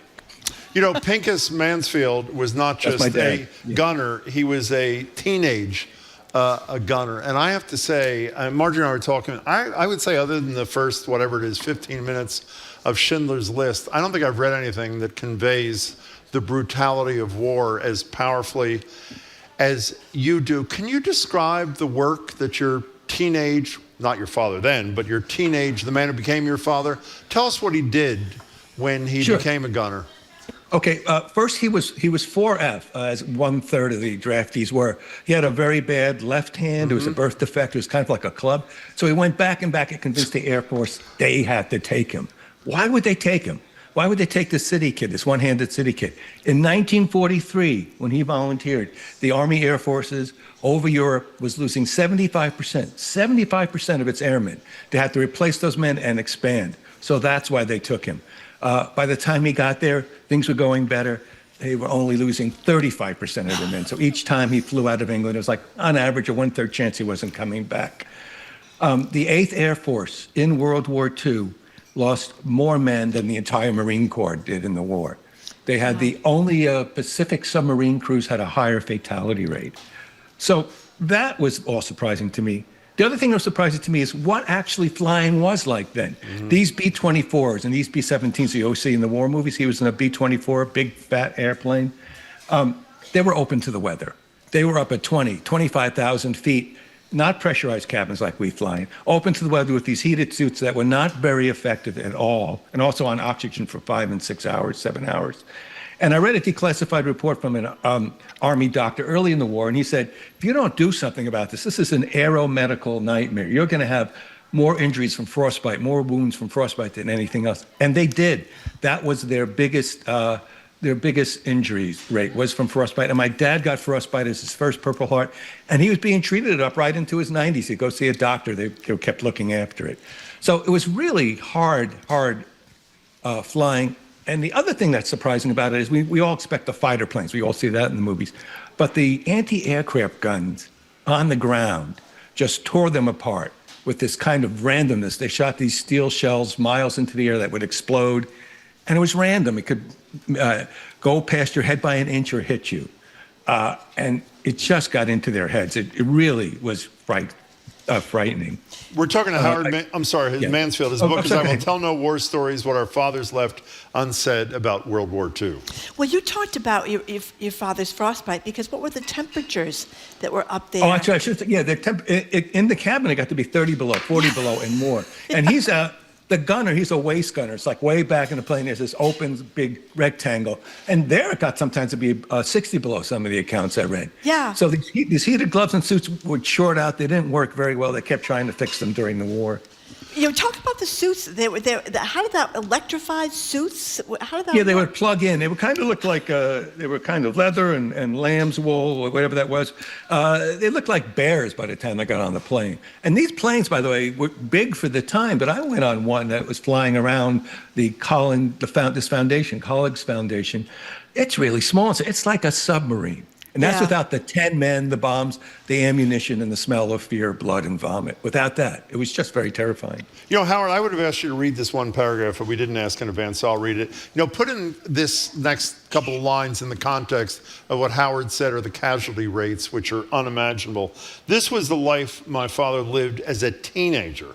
Up at 3 a.m., breakfast by 4, briefing at the plane, get the target for the day, long hours in flight, the Luftwaffe sometimes attacking, flying through flak over the target, watching the bombs drop, flying home through more flak and possibly fighter attacks, landing to be met by the Red Cross girls with sandwiches, donuts, and coffee, and then a shot of whiskey at the interrogation, the debriefing, and up again to do the exact same thing the next day. I mean, it's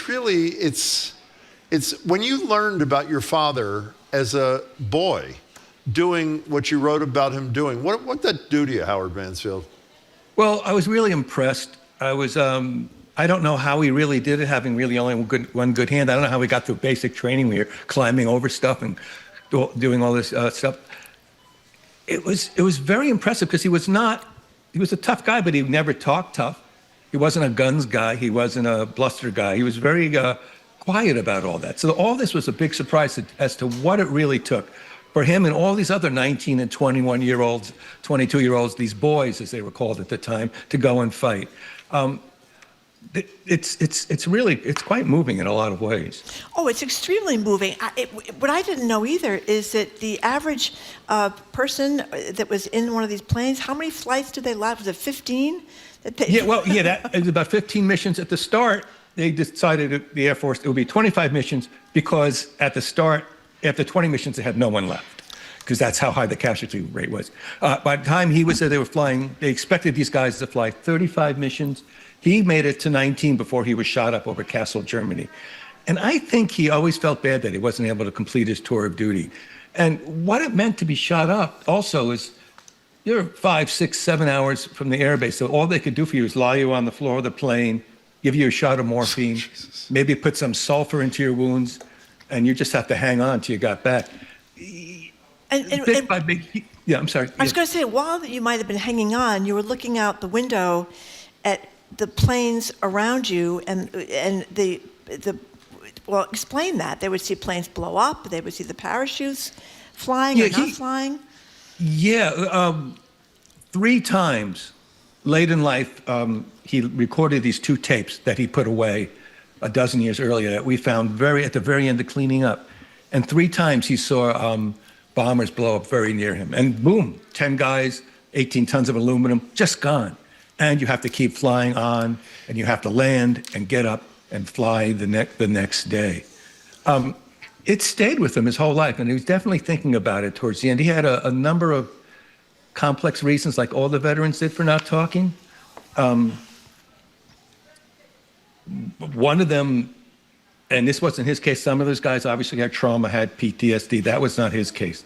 But mostly among the veterans, there are 2 things, I think, of this war. One, this was such an intense experience, there's no way I can communicate it to you. This is what this 27-year-old leader of his unit, Ramsey Potts, said.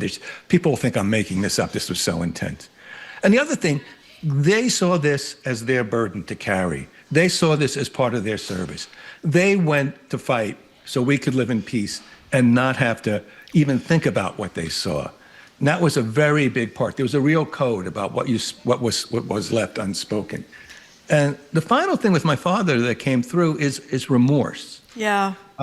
He had his oldest grandson went off to live in Germany and work in Germany. And as he was going out the door, my father says to his grandson, he says, don't tell them what I did to their beautiful country. Even though he knew this was a necessary war and that he was doing the right thing, he felt really bad about that. And in fact, it's one of the last things we found were these two tapes. And one, he talks about, he finally does tell the war story, but it's 1957 or 1958. And he's sitting there with my older brother, who is then 5 years old, and they're watching these planes bomb these cities. And my brother, then 5, 6 years old, says, were there little boys down there like me? Oh my gosh. That haunted my father his whole life. He said he had no answer. I want to say as a reader, by the way, people may think this is just a terrific history book, which it is. But it's also, at least to me, a cautionary tale for those of us who see sanitized pictures of a war. It really, to me, describes, like, for example, we're going to talk to Bill Keating, just back from Ukraine a couple of days ago, and I don't know if we really know what that's like. But I'm thinking about your father, and talk about universality. What did he win? 2 Purple Hearts, which you didn't know. Correct? Is that correct? Am I right about that? I had no idea. And by the way, Seth Moulton, Yeah. I mean, a contemporary, Right. obviously was in Iraq, and when he ran for Congress, and the Globe wrote a story about the medals he had won, it was the first time his parents, in Marblehead, I think it was, or wherever it was, knew how he had been recognized for his fighting. So the universality of this book, I think, is totally there. We're talking to Howard Mansfield. But you also get in some of the flyboy stuff too, Howard. Your father called himself a bit of a cocky guy when he was going back, especially when he was in that place, the GI Paradise, so-called, in Pauling, New York, for rehab, dancing with the Vassar girls and having a few love affairs. So it wasn't all Look in at the Howard airplane. smiling, by the way, but go ahead. Yeah, that was all surprising, too, that he had a girlfriend in England and then a girlfriend in Georgia, which was totally surprising. And also, you got to remember this. He came back, he was wounded. He was in hospitals for 164 days, which was very hard for me to find out. His records, and all the military records are gone, by the way. Mm-hmm. There was a huge fire in the Central Archives, 85%, because that's the first thing you do. I'll write for the service records. Not there. So you have to start putting it together bit by bit. So I was able to figure out from his log, and I remembered the name of his pilot, who lived like 30 or 40 miles from us. We never went to see him, but his son had his father's pilot's logbook. And then the Air Force Historical Research Agency has miles and miles of the teletype they used to put these missions together through the night, from the Central Command to the Wing Command to the airfields. How many bombs, how many planes, here's the codes, what's the weather, where's the flak, where's the Luftwaffe, and then coming back, all these intelligence. Did we hit the aircraft factory? Yes, no. How many planes went down? Did you see any parachutes? And then all these morale reports that the airfield sent to central headquarters. They were very concerned about morale. And they would have like ping pong matches, even though there's a ping pong ball shortage. Apparently this was a thing, or a waffle breakfast. And their type, I could see some guy with a pipe at a Remington. It sounds very jaunty jolly, and it makes it sound sort of like a summer sleepaway camp with a high mortality rate. It's very strange. So, Howard, before you go, you're a New Hampshire guy, right? Am I right about that? I am. Okay. Yeah. So the other day we had this New Hampshire author on the show, and we asked her if she had read your book, and she said not only had she read the book, but I'm going to tell you what she said. It was Wednesday, I think, or something. I don't know. She not only had read the book, she said she had slept with the author of the book just last night and intended to sleep with him again. Her name is Cy Montgomery, if you haven't heard of her. So it's only fair to ask, have you heard of this book, Secrets of the Octopus? Have you heard of this book by Cy Montgomery? Jim, yeah? My life is nothing but octopuses, turtles, critters without end. When Cy comes on and does the afternoon zoo, that's been my life for 30, 40 years. I live like in a postgraduate animal seminar.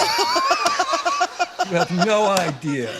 Yeah. Well, we love her, and we're pretty fond of you, do. too. Your book is spectacular, Howard, and good luck with it. We really appreciate it. And you gave her a nice shout-out at the beginning of the book, which is, I will tell no war stories, what our fathers left unsaid about World War II. Howard, again, congratulations. Thanks, Howard. Congratulations. You did really a great appreciate job, it. and I Thanks learned so so much.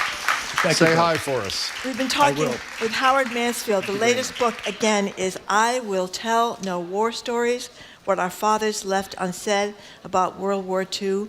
You're going to love it. Okay, he's got 2 book events coming up, one tonight in Wakefield, Rhode Island at the International Museum of World War II, one tomorrow at Providence Books on the Square. For more information, go to howardmansfield.com. That's howardmansfield.com. Coming up after a quick break, GBH Executive Arts Editor Jared Bowen. He's going to tell us whether Taylor Swift has jumped the shark. Could that be possible? You're listening to Boston Public Radio, 89.7 GBH, broadcasting live from the Boston Public Library and streaming at youtube.com/GBH News.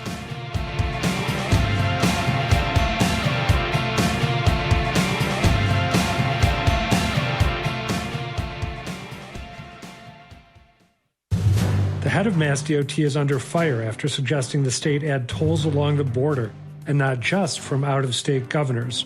I'm Adam Riley. This week on Talking Politics, we'll discuss the backlash to the idea, including a reprimand from Governor Healy. Plus, activists are pushing back on a plan to renovate White Stadium for Boston's incoming women's professional soccer team. Join me for Talking Politics tonight at 7 on GBH2. Support for GBH comes from you and Direct Tire and Auto Service, committed to transparency in the auto repair business. Their team will text videos on the vehicle inspection process to help you understand the work they are considering. DirectTire.com. And Cambridge School of Culinary Arts, proud to support GBH and the Boston Speakers Series. CSCA offers recreational workshops, technique and regional cuisine series, and cooking couples classes. More info at cambridgeculinary.com.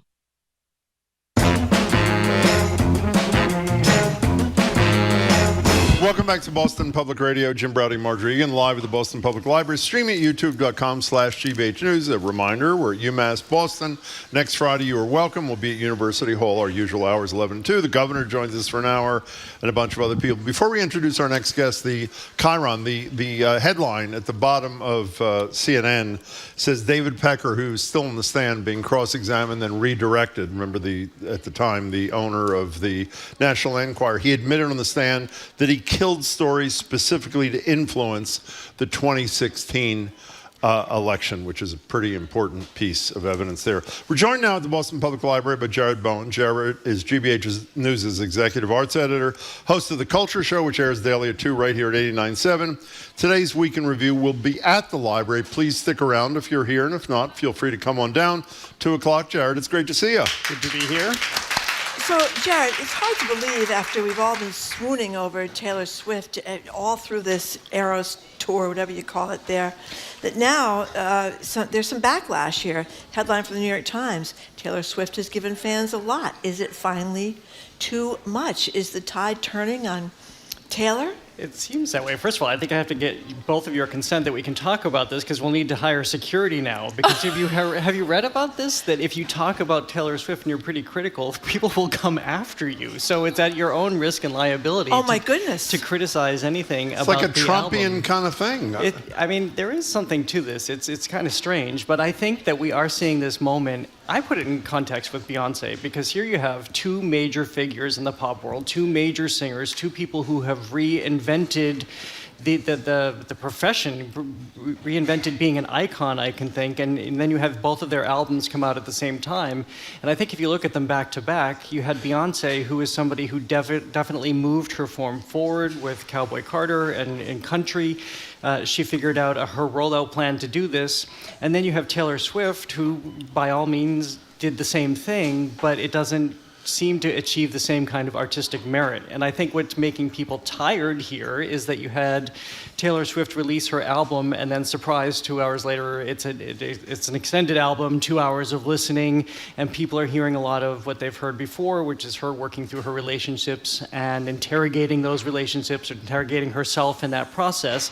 But this comes on the heels of this major album. This comes on the heels of hearing about her relationship with Kelsey nonstop. And so people are beginning to wonder, is it time to take take a little bit of a pause. With So what do you Taylor think? Are you talking about that today and don't want to tell us, or what? We're not talking about it today because I think we're a little tired. But I kind of agree that I think that it's a lot of the same material, and I haven't seen her move out of the repetition. I say this at risk of now being... By the way, I think, I'm her core demographic, like 95-year-old white guys. That's essentially who has always been. And, I haven't heard the second 15. I heard the first. I mean, they're pop songs that are engaging.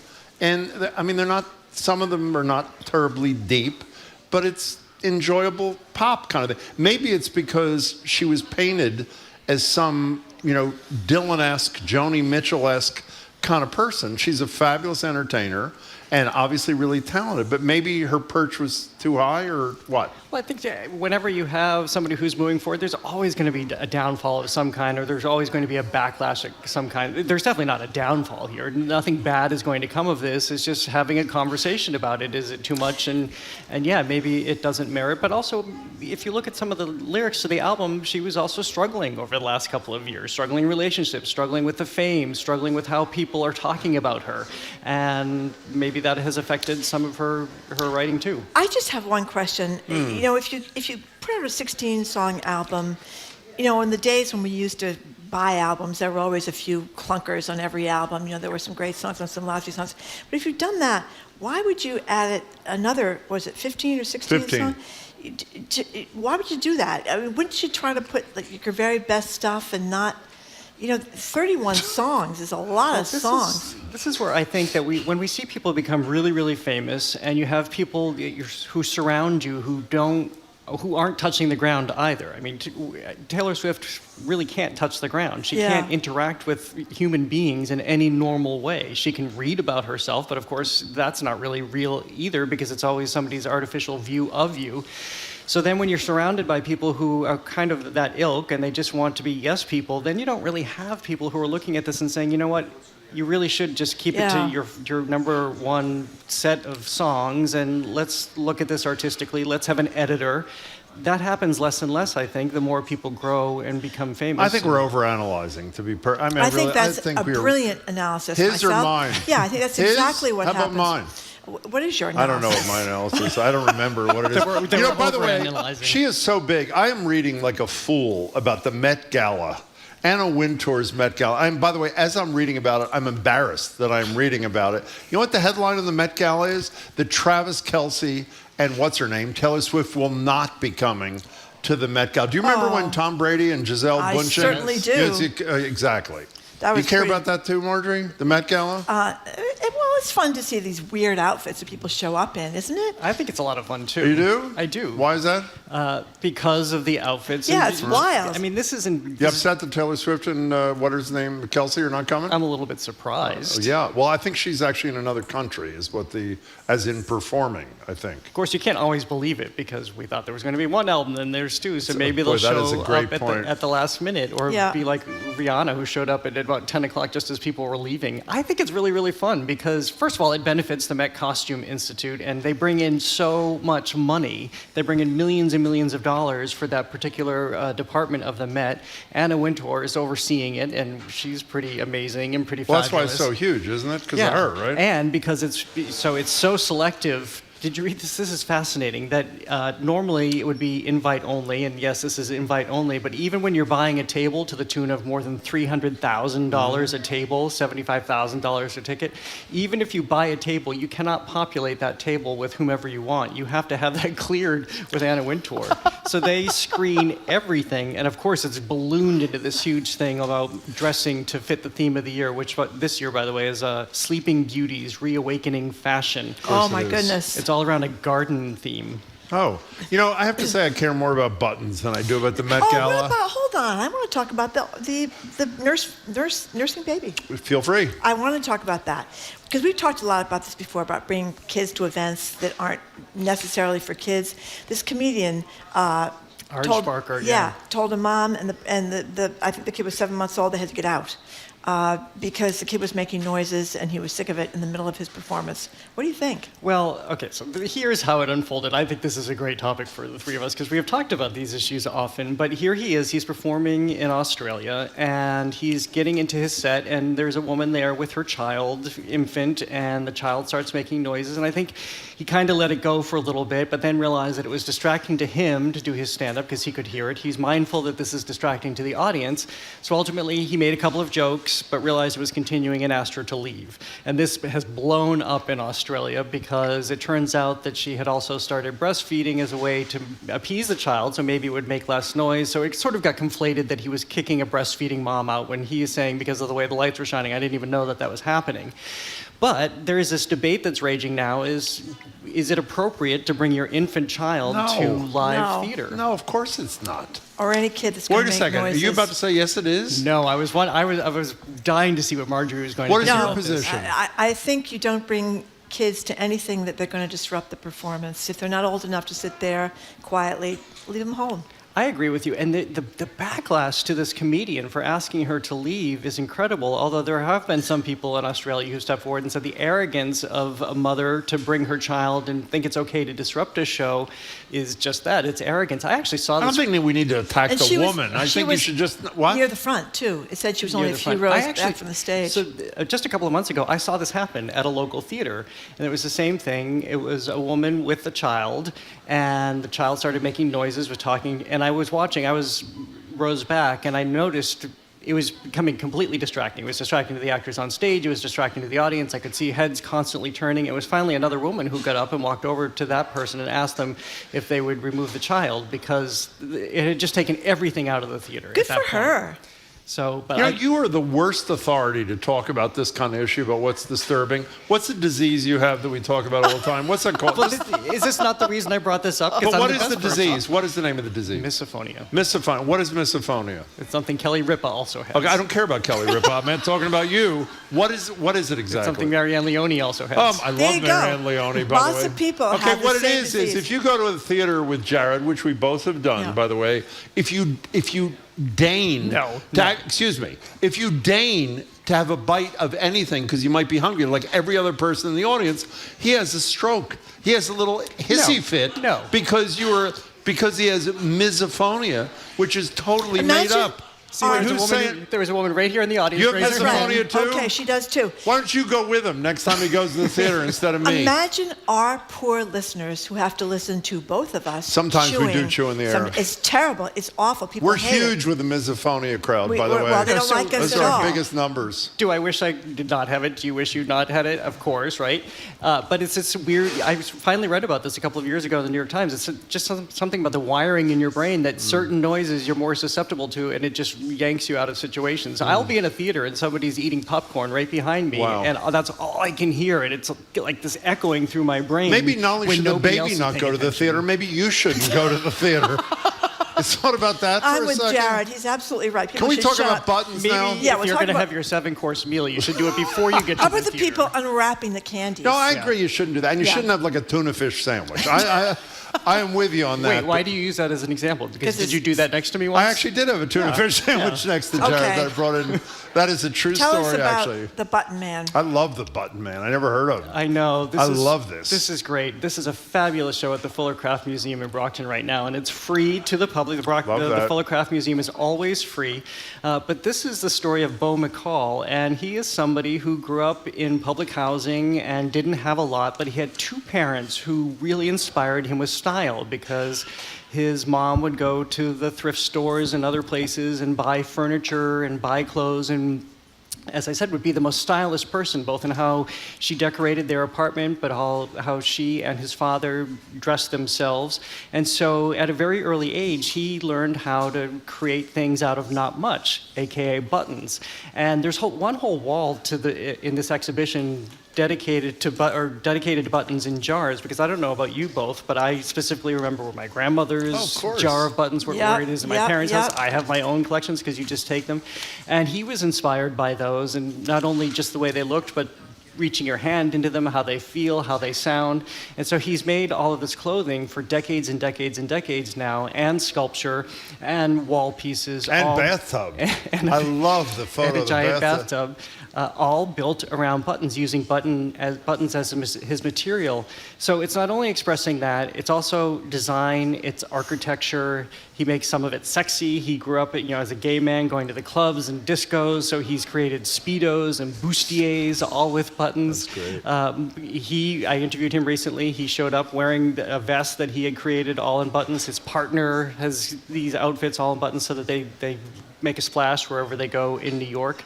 And so it's just a celebration, but again, it's also telling his life story, especially a section of collage where you see he came through the 70s and 80s and early 90s in New York with the AIDS crisis and having lost community.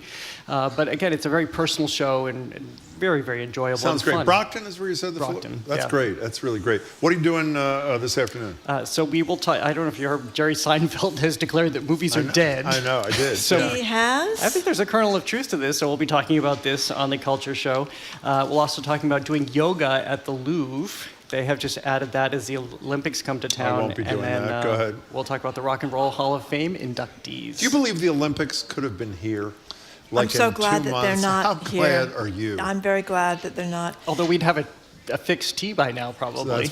Well, that was the theory. The theory was we put pressure on the T Yeah. and other things to get its act together. I don't think it would have gotten it there in time. I don't think so. And also, there probably would have been a pretty large bill on the... Yeah, massive. Exactly. And by the way, Joyce Cole-Haywick is joining us today. Callie's off. As you know, she's not here, so Joyce Cole-Haywick is here. Huge, huge fan Yeah, of Joyce. me She's too. the best. Me She's too. fabulous. She's great. Thank you very much, Jared Thank Bowen. you, Jared. Thank you.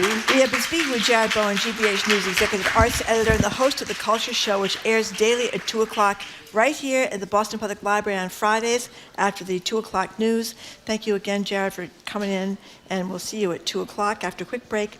The Boston Globe's Marcella Garcia, she's next. You're listening to Boston Public Radio, 89.7 GBH, live from the Boston Public Library and streaming at youtube.com/GBH News.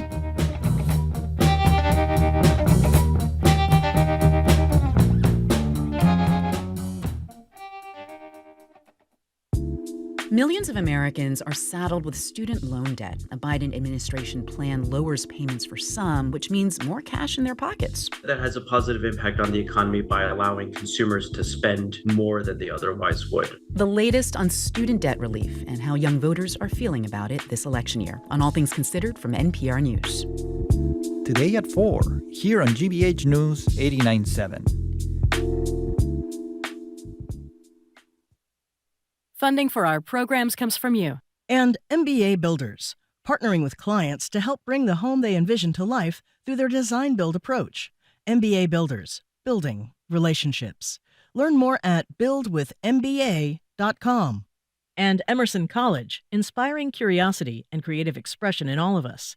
Proud supporter of the Curiosity Desk with Edgar B. Herwick III. Heard on GBH 89.7 and seen on gbhnews.org. I'm Nicole Garcia, producer for BPR, and you're listening to 89.7 WGBH HD1 Boston, online at gbhnews.org. GBH News with NPR, what matters to you.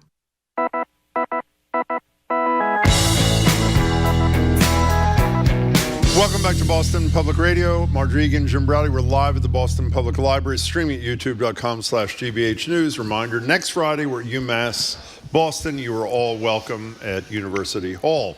We're joined now in person, by Boston Globe column. There she is right there. There she is. Marcella Garcia. I just want to make sure it was her. She's also an editorial board member, the woman behind the Globe's bilingual Latinx newsletter, Mira, and a TikTok influencer, maybe not for long, along with her 2 adorable dogs, Santo and Benito. Marcella, it's great to see you. Thank you for having me. Thank you very much, Marcella. I love that you add my TikTok bona fides. That's our favorite thing you do, let me tell you. Me too. Okay. Yeah, I hope it's going to be around for a while. But anyway, you've written a couple of really good columns about the tragedy unfolding in Haiti. So bring us up to speed on what's happening and what should we be doing? Well, there's some good news this week. There was a new council installed to sort of take care of the governance issue. it was agreed upon that a 9-member transitional council was going to be named, and it was actually installed, sworn in yesterday. And the idea is that this transitional council eventually will set up free and fair and democratic elections, and they also are going to try to find an interim prime minister. So that sort of takes care of the governance question, which is a big one because right now the capital city is run by gangs, different warring gangs. 80-90% of the territory in the capital is controlled by gangs. It's really, really bad. People have been fleeing this situation. Lots, I think the latest number was more than 2,500 people have been injured or killed since, between January and March. It's really, really bad. And of course, that's sort of what is behind the latest wave that we've had of Haitian newcomers, right? They are leaving this unlivable country. No rule of law, no one to govern until now. And so there's this transitional council that, again, is the only thing going for Haiti at the moment in terms of structure, right? And a hope for many people in the Haitian diaspora. And so I wrote about that. How are they feeling here in Boston? Boston is, as you know, has one of the largest concentrations of Haitians in the country. And so I was wondering how they were feeling about this. And it struck me, Councilor Rutzi Lujan, who is the president of the Boston City Council, told me, it's all we have. We have to cling to this hope. But I don't understand. By the way, as we've discussed with her on the show, Anna Presley is the co-chair of the Haitian caucus in Congress, obviously. I don't understand why people are hopeful this transitional council is going to be able to deal any more with the gangs that control Port-au-Prince than, was it Ariel Henry, is how you pronounce his name? Who just formally resigned, I guess, a couple of days ago. Well, that's a fair question. Why is this going to work? I don't get it. Fair question, and I think the answer to that is because there's nothing else. Like, in the absence of a body or a figure that would govern, there was nothing else. And so those are the questions that remain, for sure.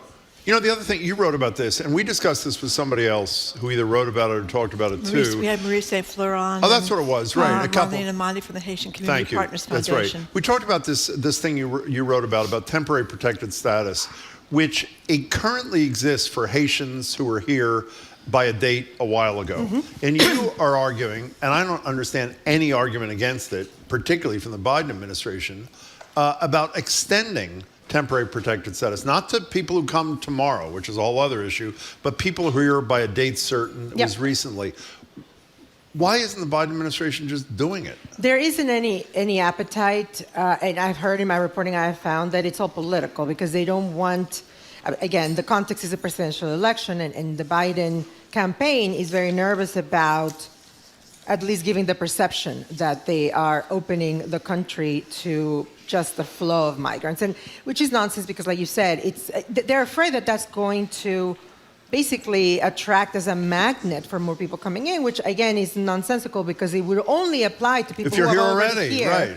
And then there are other people who have just ideological, I guess, arguments against the program because it's in the name, it's temporary, right? And for the most part, people who have TPS, temporary protected status, have been here a long time. In fact, under the Biden administration, this program has grown a lot, a lot. And so it's this weird dance that the Biden administration is doing. On the one hand, they do want to help, but they don't want to give any political ammunition to Republicans. So, Marcela Garcia, you're a qualified and celebrated journalist. You agree no journalist would ever be against presidential debates. Do you agree with that? Obviously you do. Yeah. Somebody who was actually pretending to be you, saying she was against them, but obviously it wasn't you. Here is President Biden in a surprise interview with Howard Stern this very morning. Here's Biden.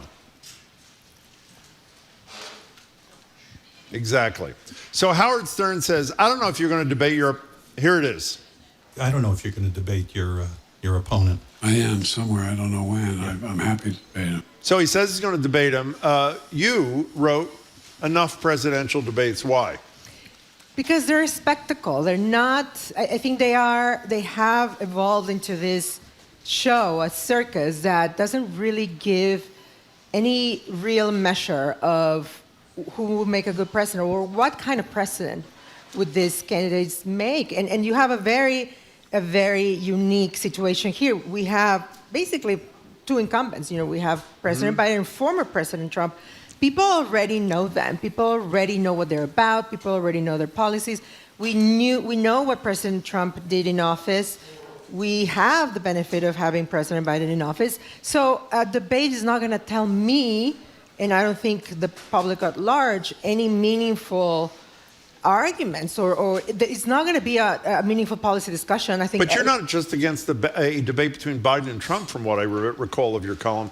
You think we've had enough presidential debates? I mean, in part because of this. Here's the moment that you'll remember from 2020 that you mentioned in your piece. First Biden and then Trump, obviously. Here it is. I'm not going to answer the question because the question is Justice radical left. Will you shut up, man? That was a pretty bad moment, I have to say. But so post Biden and Trump, are you still? Yeah, I guess it goes beyond these two candidates. And the reason why is because it is such a commercially driven enterprise. Of course, the networks make a ton of money out of this. And this isn't, I don't mean to be too cynical because I totally understand that this is a business, but these decisions are not driven by what's best for the country or our electoral system or democracy. This is just a show on TV. What's the alternative? Just go and go to a town hall, listen to Howard Stern, with President Biden. I think those are more illuminating than just having them on a showdown or smackdown on live TV. I cannot tell you how cringe, it's just, I'm dreading this so much. I don't know if I'm going to be watching. Maybe I will because it's my job after all. But I'm going to be bracing the whole time. First of all, I don't think it's ever going to happen. I mean, Trump has said, I should have said this. Trump has said he wants he's not going Trump to. is just like a lot of people say he's that. going to testify in every trial, and then he's not going to testify. Yeah. But the problem is the rallies or whatever you say. There are two problems with it. One, they're populated almost exclusively by people who support you, so there's no conflict in a positive way. Yeah. And number two, if you're not in one of the 5 or 6 states that determine an election, they're not coming here to hold a town hall. They're not coming to any state that it's going to be either blue or red, Trump or Biden. But there are many other ways. And the other thing here is that, by and large, most people by then are already going to decide, they already have made up their minds as to who to vote. And the undecideds, I don't think they're going to be swayed by how someone performs on TV. What do you think? Break the tie. Well, I don't think I've ever made a decision based on a debate. You think of the maybe lines. we are not the best. I like a journalist questioning, one reporter questioning the candidate. I like Jonathan Swan, for example, who did the best interview I've ever heard of Donald Trump. Do you think Donald Trump's ever going to sit down for an interview with a Jonathan Swan before November? Well, I would say not. He's not going to debate either. And is Joe Biden going to go on Fox News before I don't think November? he has to go on Fox News. I could think they can have someone that is a moderate person in the middle of the road asking them questions. That was a bad example, actually. They but can answer. Trump's not going to go in any forum where there's a reporter who asks real questions. Well, the question is... he did before. Maybe he will again. Well, the issue is, are debates worthwhile? okay, you have 1 minute to answer the question. Time's up. Time's up. Okay, we'll go to the next person. And then everyone talks over each other. Everybody talks. I do concede that there is a better way to conduct these televised debates, and everybody always talks about the automatic shut of the mic, right? Like, just cut them off. Your time is up. Your time is up, and you just cut them. I love that. And you know what else I would like? I would like them to talk about issues. Yeah, that's the other thing. Okay, policy. what is happening with Obamacare? What is happening with Social Security? That's a function of the moderator. If a moderator does a serious never ask job, those kinds of things. Oh, yes, they do. No, they don't. Yes, they do. Okay, Jim. We must have been watching different debates. Let me say, even though we'll leave this now. Even though you both say it didn't determine your vote, you get in my opinion, you get a feel for a person in an unscripted. But we already have a feel for these two people. I know, but you don't see them in action. You see them in front of rallies. You see them in television commercials. The one thing that I would say about Trump is that he is the same anyway. Seriously, he won't put a performance. Except in the courtroom, actually. Yeah, that's true. I was thinking this yesterday, though, when I saw Trump come out of the courtroom and give his campaign speech that went on and on and on, that CNN and other stations covered. Information too. I think they got to knock that off. They can't. This is like before when we had the empty podium waiting for Donald Trump to come out and give a speech. They should record it and decide later if there's news value. Yeah, I agree. They shouldn't run it at all unless there is something worthwhile to You're right. point out. They're just I giving agree. them free airtime for Okay, nothing. can we talk dogs, which is the only reason you're really here? obviously. Okay, come on. I love it. And by the way, we've talked about the brilliant TikTok stuff. I actually want your thoughts on that. So dachshund, I was really stunned. Well, tell us a story about what may happen to certain breeds in places like Germany. In fact, has already happened in several countries in Europe. There's this concept called torture breeding that basically refers to dog breeding that emphasizes a trait or a characteristic in a dog that will result in suffering for them later in life. And the example is the Dachshund, right? Obviously a beloved dog in Germany. And recently Germany proposed a law that would ban torture breeding. And it's a very vague law. And obviously the Dachshund, club in Germany were up in arms because they were afraid that this would eventually lead to the disappearance of this breed. And the problem with Dachshunds is that their short legs, it's a distinct feature of this breed. Their short legs and their long spine causes them to have really, really bad problems later in life. And it makes their owners incurring thousands and thousands of dollars. And so they're trying to fix sort of like this, perceived problem that these dogs suffer, and we should just breed them better. But there's just a lot of gray areas in between. And again, the problem with this law is that it doesn't really specify specifically which traits. Is very vague. How about the French bulldog? That's another example I was thing. going to say. That have you see them at the dog park and they feel like they look like they're 90 years old trying to. Right, because they have that the flat nose. Yeah, they can hardly breathe. It's terrible. Pugs too, and that's an issue. And in fact, I think most airlines won't allow you to fly them cargo because they have died. Because of this trait that they have. And so a lot of people say that that's a characteristic of the breed. Like, you cannot have a pug that doesn't look like a pug or a French bulldog. This is why a lot of people love them. But it raises many questions, right? Like, who's to decide what is torture breeding? Who gets to decide what should be a breed characteristic? And ultimately, these are things that I have been forced to think about because I have a dog that has a genetic condition that I got from a breeder, but he didn't know. I wrote in my piece that I have come to think of him as a reverse rescue because they gave me my money back. But we have spent thousands of dollars on this dog because he has elbow dysplasia. And, he's 2.5 years old. And I think the more I read, the more I talk to experts. And by the way, this tried to pass a similar law was presented or filed in New Hampshire, of all places. And of course, it died, immediately on the floor because there was amazing testimony. There was a guy there that was like, it's cruel if you tell me what kind of dog I should have or I should not.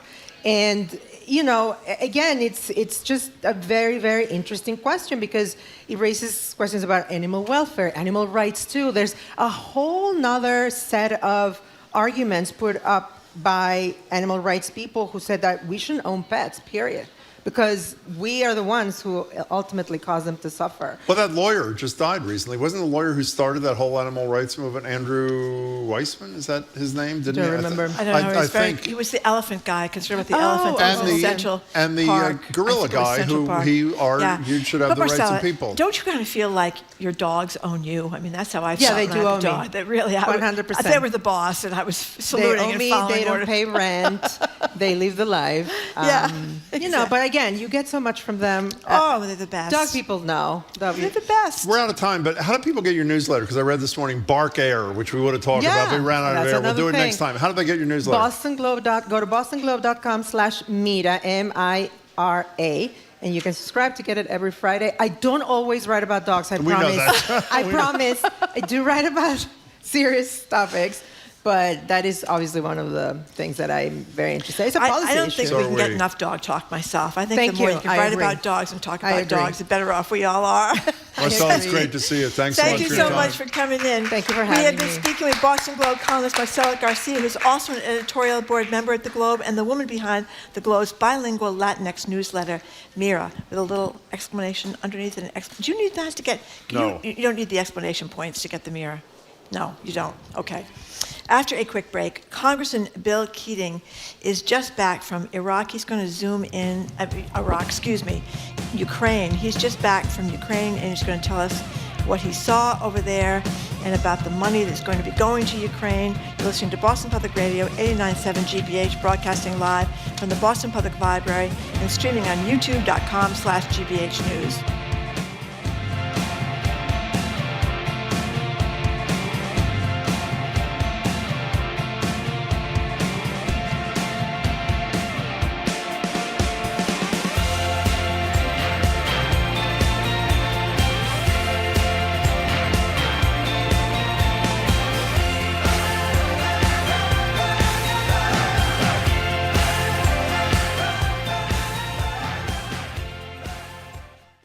I'm Jared Bowen. Coming up on The Culture Show, our Arts and Culture Week in Review, live from the GBH studio at the Boston Public Library. Harvey Weinstein's rape conviction from the 2020 landmark #MeToo trial has been overturned. We'll look at how the Me Too movement has reverberated throughout the arts and entertainment sector, far beyond Weinstein's criminal acts. From there, Jerry Seinfeld says the movie industry is dead, as he is promoting, you guessed it, his new movie. Plus, bronze corgis fit for a queen. That's today at 2 on 89.7 GBH.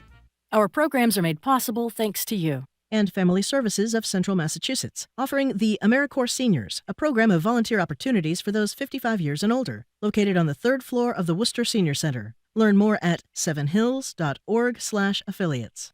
And Medtronic. From new cancer screenings to diagnostic digital twins, Medtronic uses AI to harness the power of data to help change millions of lives. Learn more at medtronic.com/what's next.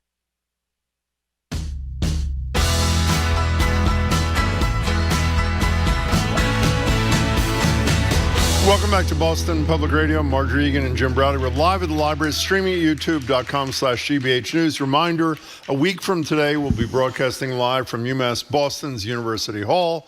Governor joins us for an hour. Entrepreneur Paul English, who's investing a lot in AI education there. The incoming chancellor, the former EPA administrator, who's from Dorchester, and a ton more. Here is President Biden announcing the foreign aid package for Ukraine and Israel this Wednesday. It's going to make America safer. It's going to make the world safer. And it continues America's leadership in the world, and everyone knows it. It gives vital support to America's partners, and so they can defend themselves against threats to their sovereignty and to the lives and freedom of their citizens. And it's an investment in our own security. When our allies are stronger, we are stronger. We're joined now on Zoom by Congressman Bill Keating. He represents Massachusetts' 9th Congressional District. He's also fresh off a trip to Kyiv, where he met with President Zelensky. Congressman, it's great to have you. Thanks. Well, thank you for having me on. And by way of disclosure and maybe confession, given your last guest, I did put our 2 dogs up in the bedroom for this interview.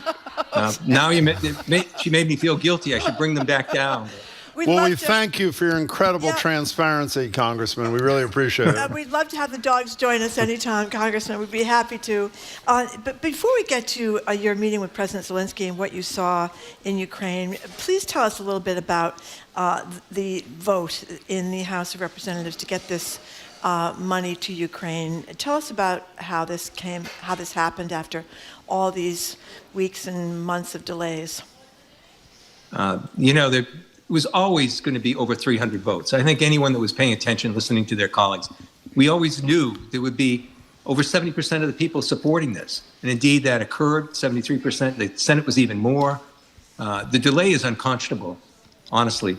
And it really had a strategic impact on the ground, something we learned firsthand when we went to Ukraine. Over the last several weeks, given these delays, the soldiers valiantly fighting in Ukraine, they were outmanned, outgunned. They didn't have ammunition. They didn't have air cover. And they had to cede back positions where themselves and colleagues fought desperately just a year ago to reclaim from Russia. So the vote was late, and we finally got it to the floor. All that was necessary was to get it to the floor with those kind of vast majorities. So what made Johnson, the Speaker, change his mind? I don't know. It's sort of the base responsibility for any speaker to do that. And this is, it's not hyperbole to say, this point in time with Ukraine is historic for us here. It affects the world order, affects the Western world that we've known for the last 75 years of peace and prosperity, and it was all at stake. So what was more of a question is, why didn't he move to the floor? He had to go down and kiss the ring in Mar-a-Lago with Donald Trump before doing it, but it should have been done much sooner. You know, there's this, to me, outrageous, you know, is he going to be Churchill or is he going to be Chamberlain? And theoretically, Johnson was Churchill because he did the right thing, which is preposterous. Having said that, he did do the right thing. And there is still the lunatic caucus in the Republican Party, led by the woman who's now called by a fellow Republican, Moscow Marjorie Taylor Greene, and Gates and some of these other people, who, if they did a motion to vacate the chair, meaning dump the speaker, just like was done to Kevin McCarthy, if only the remaining Republicans voted for McCarthy, he would not, for Johnson, he would not survive. There's a question about whether or not Democrats like you would support the speaker in a motion to vacate should that come to pass, because he did do the right thing on Ukraine and some other votes. And your leader, Hakeem Jeffries, has said we'll deal with that later. How about you, Congressman Keating? Would you vote to keep Speaker Johnson in place? Well, let me give you a quick handicap of the situation, then a direct answer. Okay. I don't think it's going to happen. There's three members that are there: Marjorie Greene, Paul Gosar, and Tom Massey. The extreme of the extreme. Mm-hmm. I don't think the Republicans want to have the other spectacle that occurred earlier this year, and they can't have it politically this close to the election, where they're shutting down government again for 3 weeks to try and come up with a successor when there's not one in waiting. So I don't think it's going to happen. If it did, and I was asked to give you a direct answer, I would not support him. And let me tell you why. Mm-hmm. I think it's important to be bipartisan. The delegation we went to Ukraine with was bipartisan, and that was important. But you're asking me, and as a representative of my district, to support someone who might have belatedly done the right thing. But the real question is, who is the person you're voting for? And this is a person who authored the brief to disqualify a free and fair election for our country.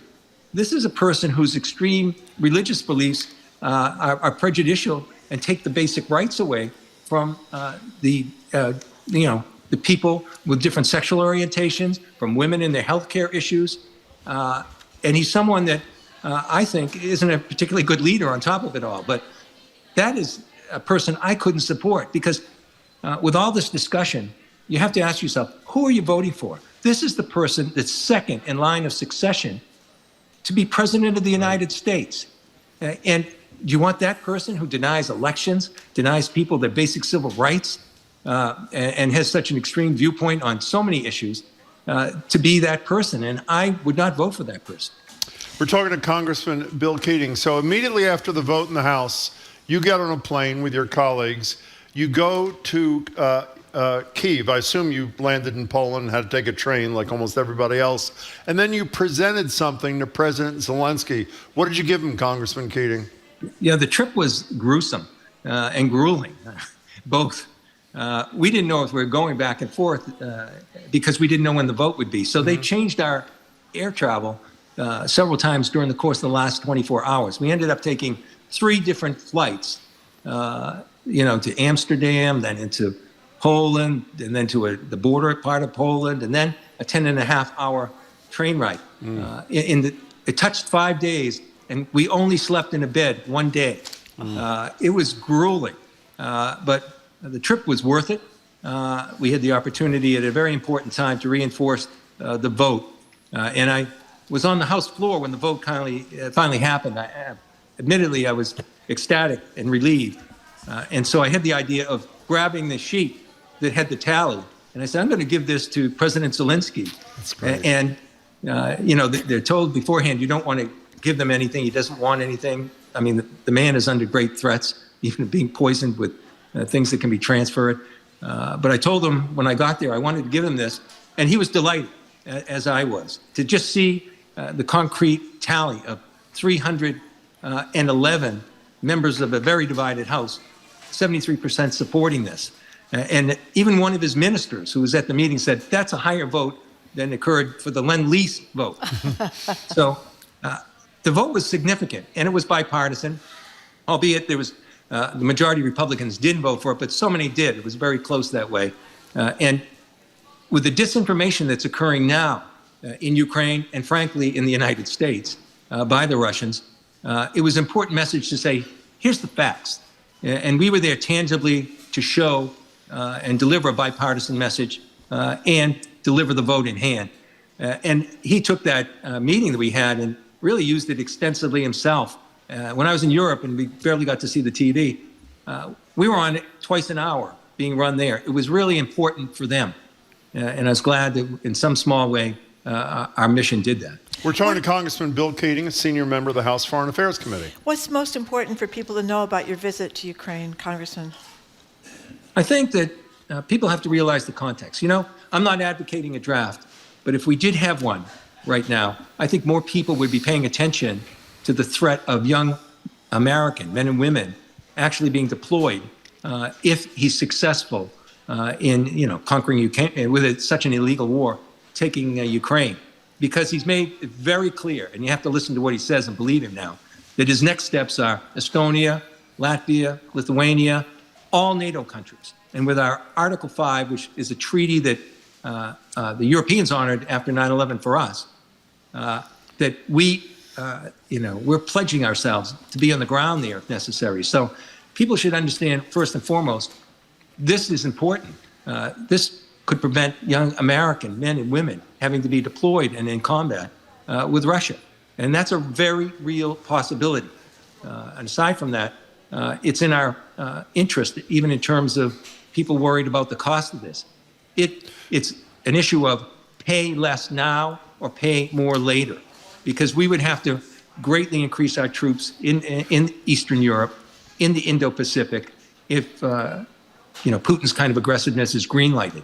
So there's not even a question that it's cost-effective, but more importantly, we're avoiding putting young American lives on the line. But Congressman Keating, while the president, and I know you have said that immediately after the vote, there'd be the transfer of some needed armaments immediately to Ukraine, there are also people who support Ukraine who are writing and saying it's too late. You apparently do not think that way. I think it's late, but it's not too late, fortunately. There was damage done in this delay. There's no doubt about it. You can't have one side with ammunition, the other side without it, and expect to win. But the types of armaments we're sending, in terms of defensive armaments too, are critical. We're sending, systems that will give them air defense. We're sending them systems that are actually required in the bill for so-called attack of missiles, which allow them to shoot 190 miles distance, so that they can go back to the supply lines and the artillery that are just bombing them to death as an infantry, and take them out and move them back further, and allow them to have a fair fight. You know, the Ukrainians are remarkably courageous and determined, yet all you have to do is give them a fighting chance. And the delay hurt, but I believe we're going to be in a period back and forth with pendulum swinging.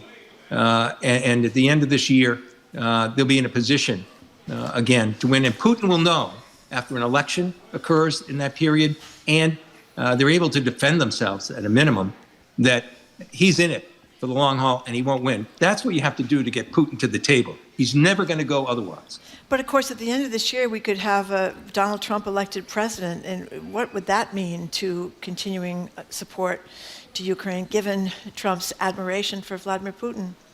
Well, it's clear with his statement he could end it in a day, which basically means, it means he would pull our troops out of there, out of Europe, out of NATO. He's made those kind of threats, and he means it. He's a person, if people can just close their eyes and remember the image in Helsinki, where Trump, after meeting with Putin, said that the American military intelligence wasn't factual, and he believed Putin. There's some kind of strange relationship that's there. I don't know if it's monetary or whatever is there, but there's some strange relationship, and he would indeed capitulate. There's no doubt in my mind about that. You know, Congressman, before you go, at the same time that the House and then subsequently the Senate voted to send $60+ billion in aid to Ukraine, there was also a vote to send aid to Israel. And correct me if I'm wrong, I think I read a comment from you, maybe it was in the Washington Post, saying that you believe that Netanyahu and his cabinet were extremists, and a number of people in the Massachusetts delegation feel as you do. And if that's accurate, why haven't there been votes, and why haven't, or maybe you have, advocated for votes that condition aid to Israel on some concrete restraints on Netanyahu's actions in Gaza? Well, this vote was all one package, but directly to the point. I think it's important to give Israeli largely defensive aids, which is what we did, and that's what they're using it for. But there are controls in place, and they should be honored. There's international laws about making sure you're not committing humanitarian damage. And when I talked about Netanyahu's cabinet, I think they're an obstacle to resolving this, frankly. I think that we've had great support just before the October 7th attack, which was it's beyond words, what they did to young children, what they did to men and women. I think people are aware, that want to be aware, just what an atrocity that was. And they have every right to defend themselves. But just before that, Saudi Arabia, Jordan, Egypt, the United Arab Emirates, they were gathering, and they were just weeks away from an historic normalization with Israel that would have isolated Iran. And if we really want to deal with Iran, we have to isolate it in the region. That was there. I think that's one reason they timed the attack, Hamas timed the attack the way they did. So I would like to see that cabinet do what the U.S. State Department has done, a heavy press, making sure we keep that coalition together, don't lose that thought, and move again to normalizing that. And I still believe that can be done. And I think that Israel, in discussions, making sure that there's very accessible by land humanitarian corridors, more than there was before, that's essential. And making sure they're doing more, frankly, in targeting where they are. I know Hamas is using their fortresses underneath hospitals, underneath schools. Their actions, they're a terrorist group. So I don't think you have to really define too much of what they're doing. But I think there's an area where this could be done, approach could be better, and they can still defend themselves. Last quick question before you liberate the canines there, Congressman. In your position on the Foreign Affairs Committee, do you have any information about the status of these ceasefire talks that would hopefully lead to the release of the remaining hostages? You know, they're all tied into discussions.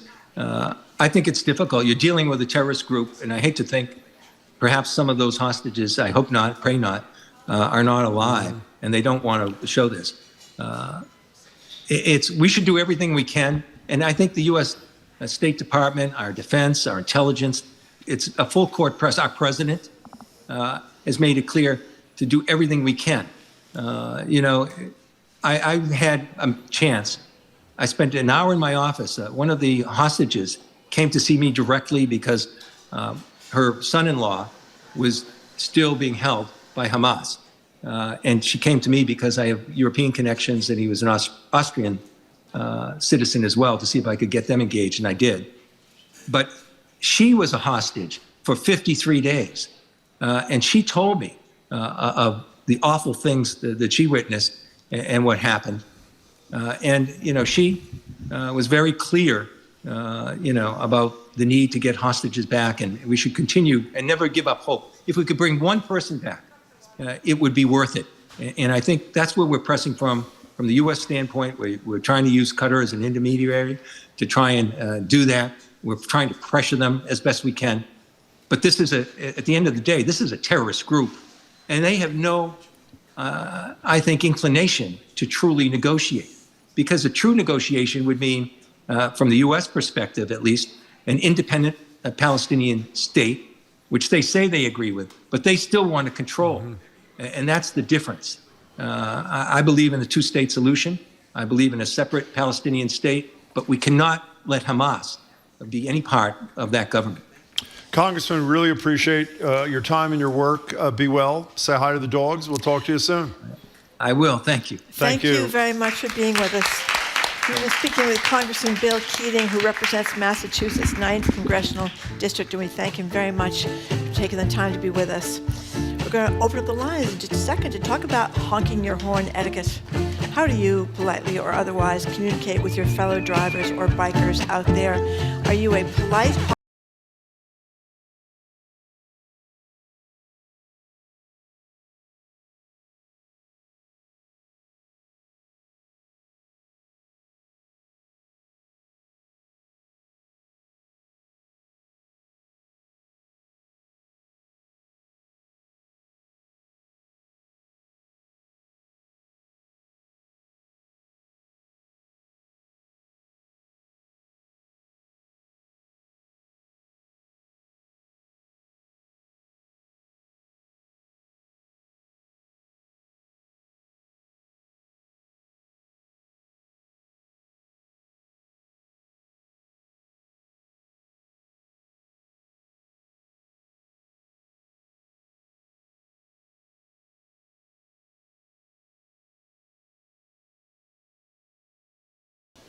Welcome back to Boston Public Radio. We're live at the Boston Public Library, streaming at youtube.com/GBH News. Until the end of the show, we're discussing etiquette, in particular around honking your horn in traffic, Marjorie. We were inspired by a piece in the New York Times this week about driving laws in New York City, which conveniently are essentially the same as they are in Boston.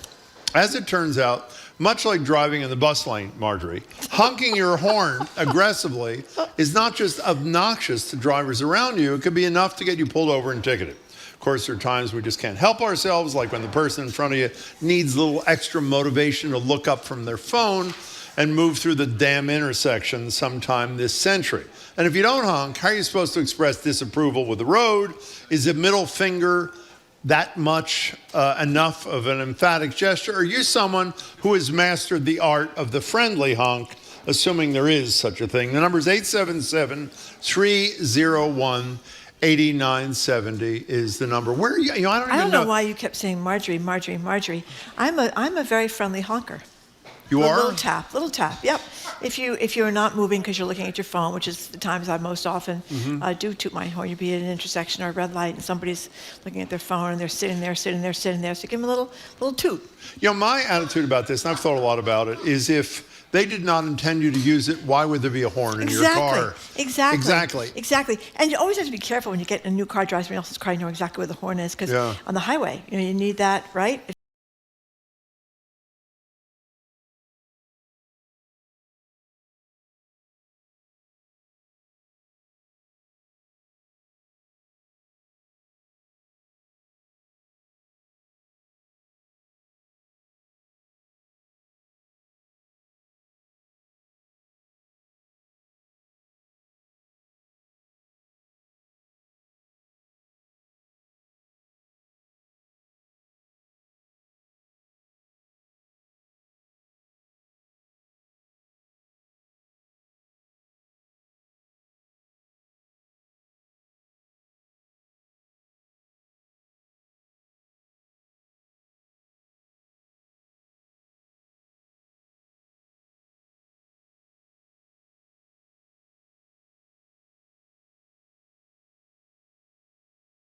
A lot of people don't know from out of state that the people on the rotary had the right of way, but she apparently knew it and kept tooting at this person. Well, a cop gave her a dirty look. He didn't give her a ticket, but he kind of gave her a bad kind of warning look, because you are not allowed to honk at someone just to express your annoyance or to get them to move. It's ridiculous. You're not allowed to honk for fun, That's or you're ridiculous. not allowed to grab someone's attention to say hello. I don't know who does that. I do. What are you talking about? I do it with you all the time. When you're walking out of the station and I drive by, I honk the horn, you look up and I go, hey. Oh, don't you? I thought you usually just wave, but maybe you honk your horn as well. But you are allowed to alert a driver who's about to hit you, obviously, to alert a pedestrian that they're in danger, That you're about to hit them, exactly. Yep. And to alert another car of a traffic signal. I think that means they're sitting at a red light and the light is turned green and then you can honk them. I think that's okay, because they're sitting there on their phones. Okay, 877-301-8970. What kind of honker are you? I'm a heavy honker. I am a heavy honker. Yeah. I'm surprised. I've got a lot of aggression I got to get out. And I find And by the way, in all seriousness, road rage, I mean, there's almost not a day that there's not some incredibly serious road rage kind of thing happening. And so staying in your car and using your horn, as opposed to letting the window down, screaming at somebody, giving them the finger, it's a lot safer behavior, I find to be. The texters are already coming in, and they're saying there really should be 2 different buttons on the horn. One for a middle finger honk, and one for a friendly little toot. That's from Mike. That's a good idea. And I think the next person says the same thing. This is Beth in Cambridge. Cars should come with 2 separate horns. The polite one, just like Mike said, for kind of an excuse me, pardon me kind of thing, like a little toot for pick their face out of the phone, and then a loud, obnoxious horn for people who are doing something really egregious. Well, my understanding is we have that. We have nice honk and mad honk. Let's play that before we get to the calls. Can we start with the nice honk? Yes, Here it is. absolutely. That's nice. That's It's nice one. enough. Yeah. How about the mad honk? That was me. That's right. 877. That is, let me tell you something. That brings love to my heart. How great is that? Okay, I think. Can we hear that? I'm sorry. One more time. Just the mad honk. Oh, how great is that? And don't you love it? Don't you feel powerful? And let's say we're all powerless. Okay. And don't you feel powerful when you start with your hand on the thing, on the horn, and then everybody starts? No, everybody starts doing it. How great is that? You know what happens when people do that a lot? Yeah. Somebody blocks the box. Oh, on Harvard Street in Brooklyn, all the time, they're blocking the box. So you're sitting there, all the traffic is backed up, and they're in the middle of the road. Those people deserve the ones, the angry honks. I've told you the story. The last time I almost got in trouble for this. Many years ago, we're at the other station. I'm in Harvard Square. And I had to get somewhere soon. And there was a cycling demonstration blocking Harvard Square. And one of the cyclists not only was demonstrating, but decided to back her bike up and have her wheel touch my bumper, which I was not terribly fond of. So what I did is, rather than get out and get myself arrested, I just put my hand on the horn and kept it there for, I'd say, no more than like 15 minutes. So ultimately, the police got a little upset. I took my hand off the horn. We get to work the next day, and our producer, who is now the star of WBZ News Radio, Matt Shearer, says to me, "Were you there in Harvard Square yesterday?" And I said, "How do you know that?" He said, "It was my sister who had her bike up against your car." So there, thank you. Exactly. That was me. That's exactly what it sounded like. Josh in Waltham, you were first on Boston Public Radio. Thank you much for calling. Hi. Hello, Jim and Marjorie. I'm actually in the car right now. Beautiful. So I apologize if it's a bad connection, but I'm triggered by that honking. That's awful. I need to pull over and breathe into a bag or something. So my thing, the texters are spot on. It's the 21st century. Why do we not have more than one honk? Brilliant. Tone or whatever. Yeah. That reminds me of a quick story. When I was in high school, 2004, whatever it was, before the presidential election, my dad, we were all in the car driving to see my grandparents, and my dad honked at a fellow motorist who had a John Kerry bumper sticker. He honked his support, and the guy flipped him off. Oh! Of course, because why? What else did dear old dad think was going to happen when he honked aggressively at a guy going by? So we need even sounds like words to come out and say, "Excuse me, please move over," or "Get out of my bleeping way." You should call Elon Musk. I'm stunned that the Teslas don't have that. Josh, that was brilliant. Excellent call. Thank you. Call us again, please. Somebody said that we will never toot our horn at anybody again after seeing Russell Crowe in Unhinged. I didn't see it. That was, I think that was a road rage revenge movie where Russell Crowe went off the deep end after somebody honked. What was the road rage miniseries that got all these awards a couple of months ago? Beef, right, Beef, which is, I only saw one episode. It's great. In any case, 877-301-8970. My disapproval honk is at least 3 seconds long. My watch out, I am here, or move it along is one short bonk. By the way, what's that?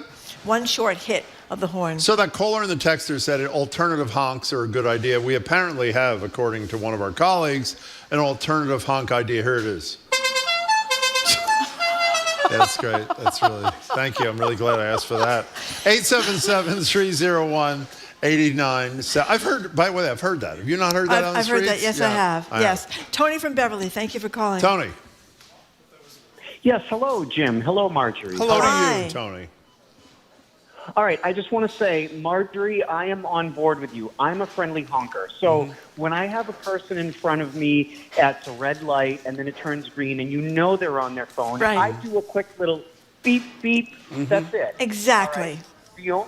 The only time I ever do an angry horn is when someone cuts me off really abruptly, and especially when they don't use their blinker.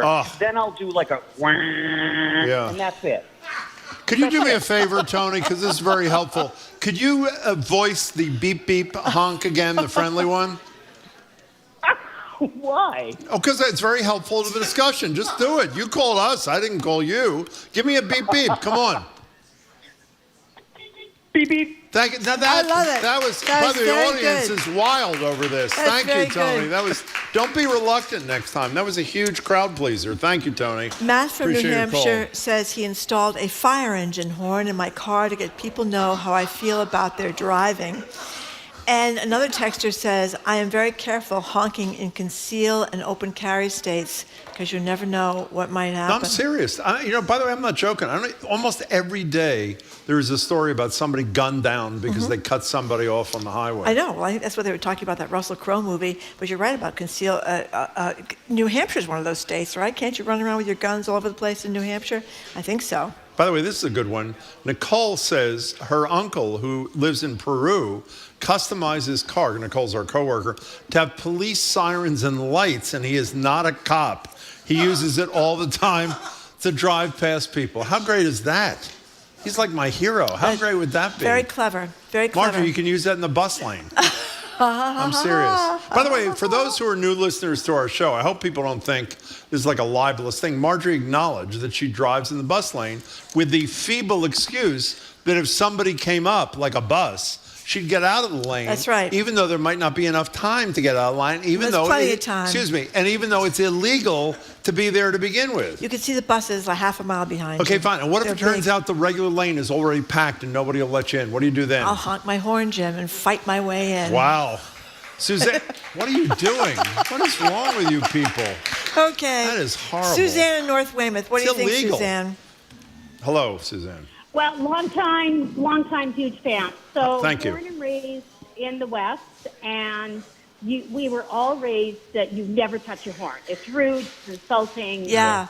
Not even last resort. Yeah. So I actually sat at a stoplight in Seattle and went through 2 red lights as the woman in front of me put on lipstick without hitting my horn. We moved to Massachusetts, and we moved here, and now I drive with one hand on the horn, ready to honk in the most aggressive, mean, horrible, loud way anytime I can. How happy People are you who that you're visit here, from out west Suzanne? are- Oh my God, I just love my horn. It is the best thing ever. Aside from gesturing someone, this is better. That was a beautiful, beautiful it phone does call, Suzanne. Get a lot of your aggression out, I guess. If you get your hands, if you slam down on the horn, you keep it there like you do, Jim, in these situations. I think it may lower your blood pressure. Suzanne, that was great. So, anonymous texter says Teslas, and as you may know, I have one, have intercoms. So I just kind of yelled into the intercom, especially if they're on their phone, get off the phone. Is that, I don't even know if that's true. And K and Peabody text, my Chevy Volt has a pedestrian horn on the stem of the turn signal. What does that mean? Like a milder honk or something? I don't know, but maybe there are different kinds of horns. We have a because sound of that? Oh, we're getting Richard it. Okay, sorry. in Thank Cranston you. says he once had a Peugeot that had a city horn and a country horn. I never heard of this. Even with their own appropriate sound. Country horn is a cow mooing, by the way, I believe. Okay. Tony and Holden, what's your deal? So I'm with the other Tony. Yeah. If it's Morse code, then it's ... or beep beep. Yeah. And I'll add one more thing on top of that. Please. If in an industrial setting where you have forklifts, yeah, I would use the verbal beep beep behind your forklifts. What do you mean? You just put your head out the window and yell beep beep? No, if you're walking past and there's a forklift that doesn't see you or something like that. Oh, that actually is really almost brilliant. Do you actually do that, or you just dream about doing that?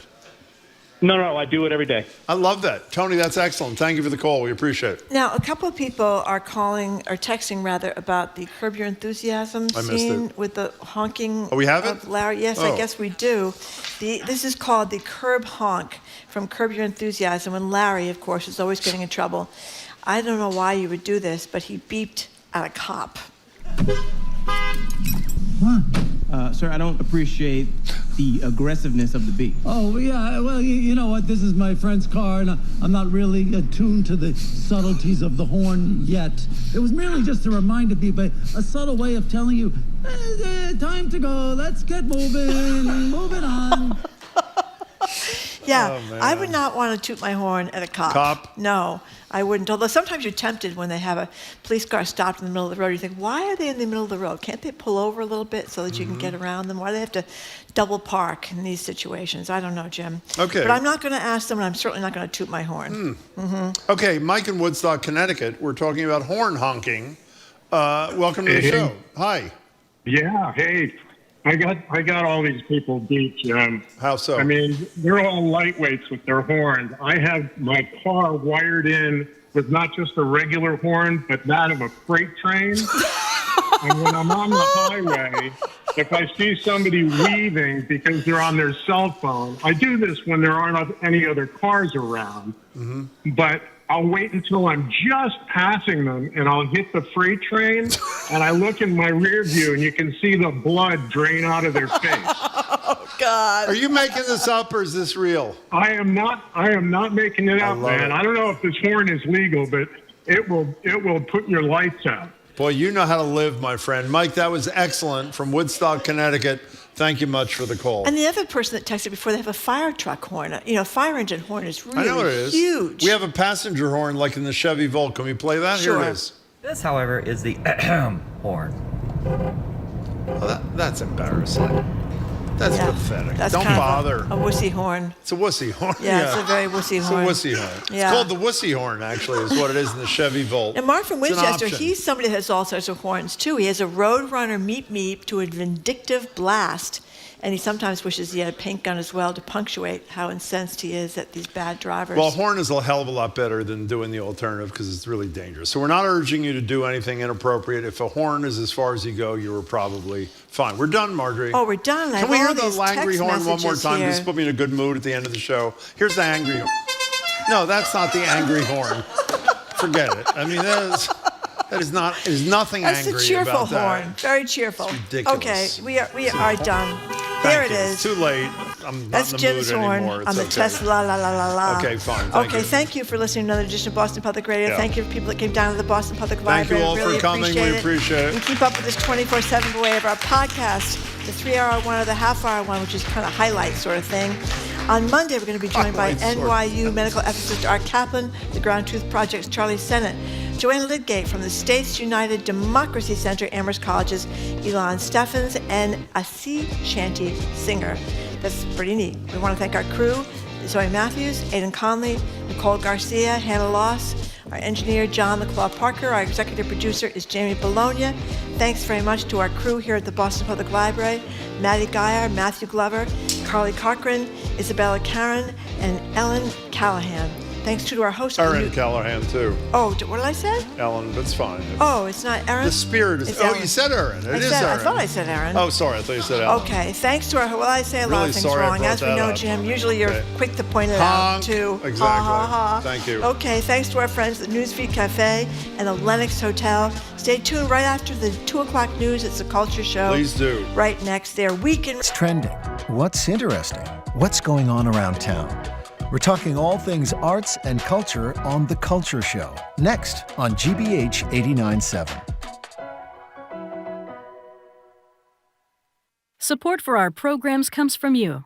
And Direct Tire and Auto Service. The team members at Direct Tire want to thank all their clients for 49 years of business. Tires, brakes, and complete auto repair. Direct Tire and Auto Service. Not just service, customer service. If you don't see race, you're not seeing the full picture. Join a panel of experts as they lead insightful conversations on issues affecting people of color. Watch a new episode of Basic Black tonight at 7:30 on GBH2.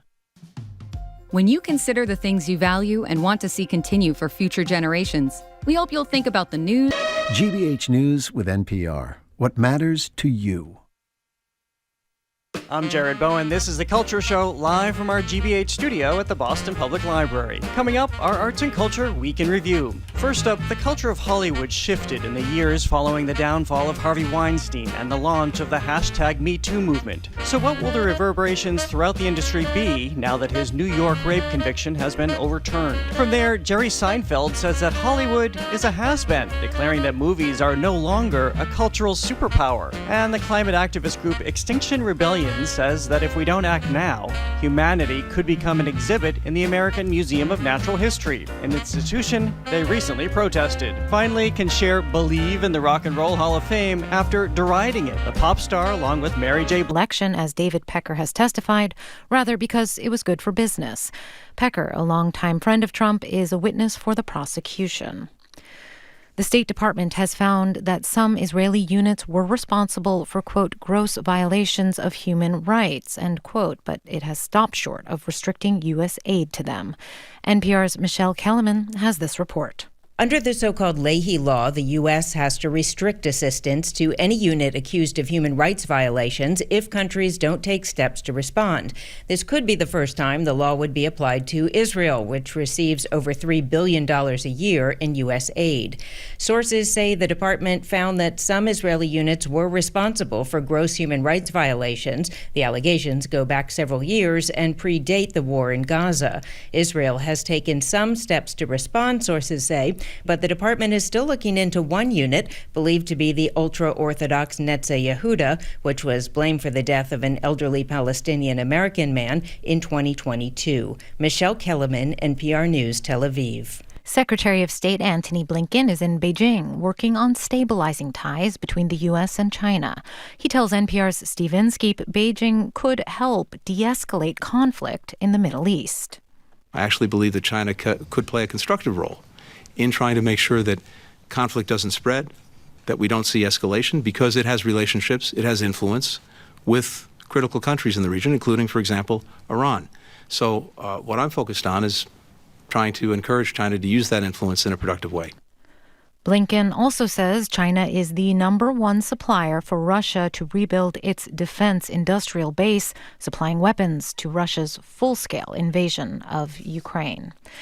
Ukraine is pushing ahead to try to bring home men of military age who've moved abroad. NPR's Philip Reeves reports 2 of its neighbors are now offering to help. More than 2 years after Russia's full-scale invasion, Ukraine faces a serious shortage of troops. Volunteers for the army are drying up. Its government is turning its attention to hundreds of thousands of Ukrainian men who've left the country. It's pressuring men of military age to return by temporarily restricting access to consular services for those without military ID. Neighbouring Poland says it's willing to help in this effort, and now another neighbour, Lithuania, is joining in. Its defence minister says moving abroad isn't fair to those Ukrainians who are fighting for their country. There'll be no deportations, he says, but there could be restrictions on work permits and social benefits. Philip Reeves, NPR News. It's NPR. Good afternoon. With the latest from the GBH Newsroom, I'm Henry Santoro. Legislation passed on Beacon Hill this week would permanently allow cities and towns to authorize restaurants to offer outdoor dining and cocktails to go. Stephen Clark of the Mass Restaurant Association says making the pandemic-era rules permanent will make things easier and more predictable for restaurants. We don't have to keep going back and getting legislative authorization every year. I think these authorizations have been extended 3 times. So it just made sense to make them permanent. So our first reaction is just thankful. The permanent adoption of the expanded rules were included in the supplemental budget that was passed in both chambers this week. Lawmakers stopped short of allowing restaurants to serve beer and wine to go, but mixed drinks to go will be permitted if Governor Maura Healey signs the legislation. Well, today is Arbor Day, and a local advocacy group is inviting Boston residents to adopt and take care of a sidewalk tree in their neighborhood. David Meshulam heads the group Speak for the Trees Boston. It is not really your tree, it's the city's tree, but we're hoping that people together can help the city care for these trees, because there are 40,000 of them. That's a lot of trees. I got one in front of my house. The group is also hosting workshops in 5 Boston neighborhoods on how to care for trees, beginning in East Boston on Tuesday. The city published an urban forest plan in 2022 with the goal of increasing Boston's tree canopy. It is 55 degrees in Boston right now. I'm Henry Santoro. This is GBH News. Support for NPR comes from NPR stations. Other contributors include Fisher Investments. Fisher is committed to helping clients stay on track to reach their financial goals and enjoy a comfortable retirement. FisherInvestments.com. Investing in securities involves the risk of loss. Support for GBH comes from you. And Auschwitz, Not Long Ago, Not Far Away, featuring a collection of over 700 artifacts. The exhibition is now open at the Castle at Park Plaza in Boston. Tickets and more at theauschwitzexhibition.com. And Mass Cultural Council, an independent state agency committed to supporting the vibrant creative and cultural sector of Massachusetts. Learn more at massculturalcouncil.org.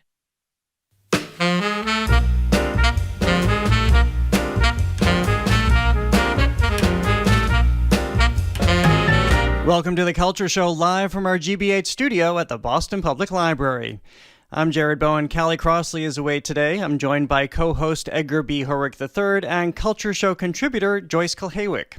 She's an Emmy Award-winning arts and entertainment reporter, president of the Boston Theater Critics Association, and you can find her reviews on joyceschoices.com.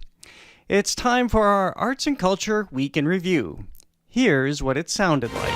Breaking news out of New York right now, where the state's Court of Appeals decided to overturn the rape conviction of disgraced Hollywood movie producer Harvey Weinstein. Lift off. I believe we have split the atom of breakfast. Cultural institutions in France are getting into the Olympic spirit as we approach the Summer Games. The Louvre Museum in Paris hosted its first session of a program called Run in the Louvre. Participants took part in 4 10-minute sessions of various disciplines in different rooms of the museum. You're looking here now at people did yoga in the hall featuring sculptures from the home of King Louis XIV. A new statue of Queen Elizabeth II was unveiled in Rutland on Sunday, and it features the corgis. We move on to the Rock and Roll Hall of Fame. Last night they announced the class of 2024, and the inductees for performers are Cher, Mary J. Blige, Dave Matthews Band, Foreigner, Peter Frampton, Kool and the Gang, Ozzy Osbourne, and last but certainly not least, A Tribe Called Quest. Wow. This is Johnny Cash, one of the greatest writers of all time. And this is Songwriter. Well, as you just heard, the New York rape conviction of movie producer Harvey Weinstein has been overturned. Jerry Seinfeld makes his directorial debut with the film Unfrosted, and the experience leaves him with some frosty words about the film industry. Then it's Corgis Fit for a Queen as QE2 receives her first memorial statue. Plus Cher, Ozzy Osbourne, and Mary J. Blige lead the Rock and Roll Hall of Fame class of 2024. And a forthcoming Johnny Cash album features an entire album of songs he wrote and recorded but never released. First up, though, former Hollywood heavyweight Harvey Weinstein has had an enormous influence on the arts and entertainment industry, both in very intentional ways as a savvy film producer and horrifically by propelling the Me Too movement into the mainstream. He's been convicted of rape and sexual assault, and more than 100 women have accused him of sexual misconduct and harassment. Yesterday, though, the New York Court of Appeals overturned Weinstein's conviction on sex crimes against 3 women. So this is very much a legal matter, although there is a very huge legal dispute happening right now with a 4-3 decision, 4 judges, of course, determining that he needs to be retried.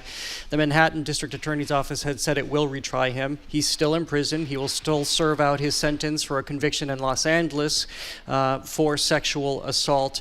But this is a moment to look back at the Me Too movement to see where we are and what this means, because a lot of women are waking up very unhappy this morning as they come to terms with this news. Actually, it was yesterday that it came about. And a lot of people are speaking out and not understanding how the legal system could work with them in this way. Yeah, I mean, it's really kind of brutal for the survivors of this crime.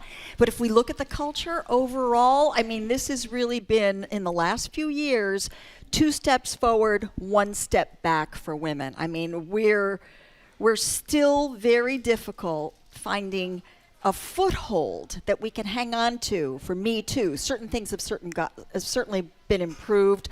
The industry is better in Hollywood. I think people have a greater understanding of women's issues, but there's still no parity on wages.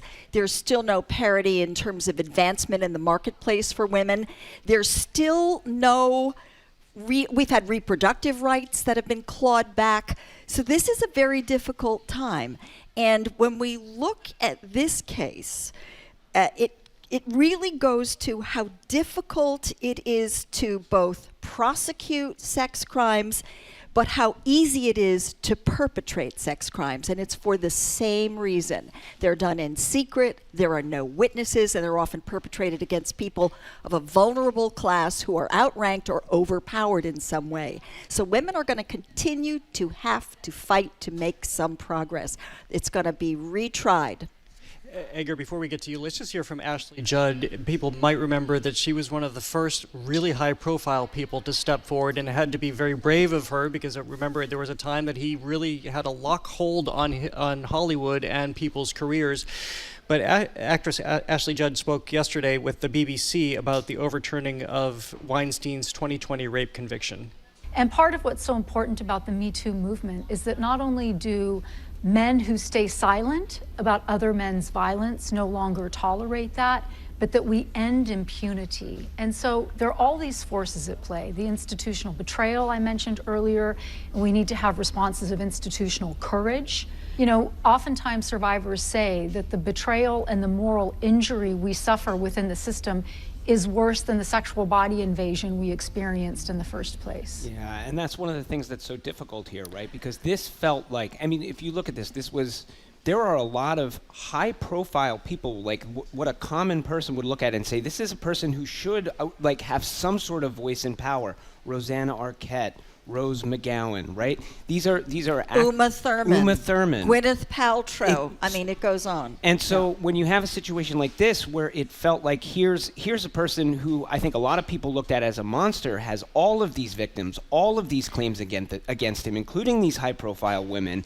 and it feels like, okay, he was convicted, we can continue to move forward. Now all of these wounds open back up because this gets dragged back in and it's legal, this legal wrangling. And one of the things that really concerns me is one of his lawyers, who's appealing his Los Angeles conviction, has come out and said a jury was told in California that he was convicted in New York. And now that's no longer the case, so he was prejudiced in Los Angeles. And so you wonder, as the legal wrangling continues with this, where it's heading. Right, because that's a part I didn't explain for people who haven't followed this story. The reason the 4 judges decided it should be overturned is because the jury was allowed to hear witness accounts from people whose cases hadn't been prosecuted. They decided that was unfair. They shouldn't have heard those accounts. And so, yes, that's why that tracks forward to this Los Angeles case. But to me, that was surprising. And I'm no lawyer, so you're going to hear from lawyers about this. But there is obviously a foundational precedent that you only try the person for the case at hand. And you shouldn't allow in, I think they call it prior bad act. But increasingly, they've been making exceptions to that to allow in information about prior bad acts because they demonstrate something that's materially relevant to the case, which this judge says it was not. But in fact, prior bad acts speak to intent, a pattern of behavior, an attempt to control, a scheme that is repeated over and over again. And that has been deemed exceptional, but absolutely there's precedent for it in the law. So the judge throwing this out, I think to me, has reverted to a very narrow kind of interpretation of this law. These cases, again, sex crimes, very difficult to prosecute, and they depend on the introduction of information that deals with not the character of the person, but the prior bad acts which suggest a pattern of behavior. Maybe I should have been a lawyer. It actually was something that I thought about doing. But I feel very strongly about this. And you say difficult to prosecute, and this is what people are wondering about right now. As I mentioned, the DA's office has said it has every intention of re-prosecuting this case, but we know it's a different jury, different set of facts, different time. time. And so this is why people are stepping forward, as you say, Joyce, to step forward to figure out how much we step back. I can't help but thinking about this the way I covered the church sex abuse crisis too. When that first unfolded, I naively had the sense that, okay, everything has been exposed here. This ship will be righted now. This won't happen again. And then we've only seen it be repeated 20 years later because there is always a way, and it still exists. Depends on how big the ship, how corrupt the ship. Very difficult to turn a ship, and people who are dug into power do not want to give it up. This was a very close decision, though. This was a 4-3 decision. The appeals, so, yeah. The appeal, yeah. So this was very, very tightly contested. And then you think about the movies that Weinstein has made. I mean, honestly, I think about that, and I think, how did this guy make Good Will Hunting, Shakespeare in Love, which won Best Picture, Pulp Fiction, Chicago, Gangs of New York. I mean, this is a guy who was behind some really brilliant, extraordinary artistic material. This is what we learn time and time and time again when it comes to, as you talk about, it's difficult to prosecute sexual assault and rape cases, but it is not a cartoon villain who is the person behind rape and sexual assault. It is, your neighbors or your uncles or your friends. I mean, it's not always just some monster, and that's what makes it so nefarious and so dangerous and so difficult. Because they're getting Vanity Fair profiles all along the way and getting all the attention. Well, we're going to stay with Hollywood for a moment, but shift gears. Hollywood's having kind of a big existential crisis right now, and that is, our movie's dead. Jerry Seinfeld, who is on a press tour to promote his directorial debut with the new film Unfrosted, which is about the invention of Pop-Tarts, says that the movie industry is over and that movies are no longer what he calls the pinnacle in the social, cultural hierarchy they once were. I see Joyce just seething here. Joyce, who has long time covered the Academy Awards, still film critic, you can go to your website. But I will say, Joyce, that there is this moment where people are wondering, streaming has taken us so far. We saw what happened with COVID, where people stayed out of theaters, and then people didn't return to the theaters and got very used to seeing movies at home on their screens with great sound. And there's so much content now that the big movies, Barbie being a big exception and Oppenheimer being a big exception, of course they were marketed together, you don't find people talking about the same films and going to the films together or being moved to go to the same films in the way they used to. And I think that's what, Jerry Seinfeld was being kind of glib here because he is promoting a movie while trashing the movies. Yeah. But I think he has a point.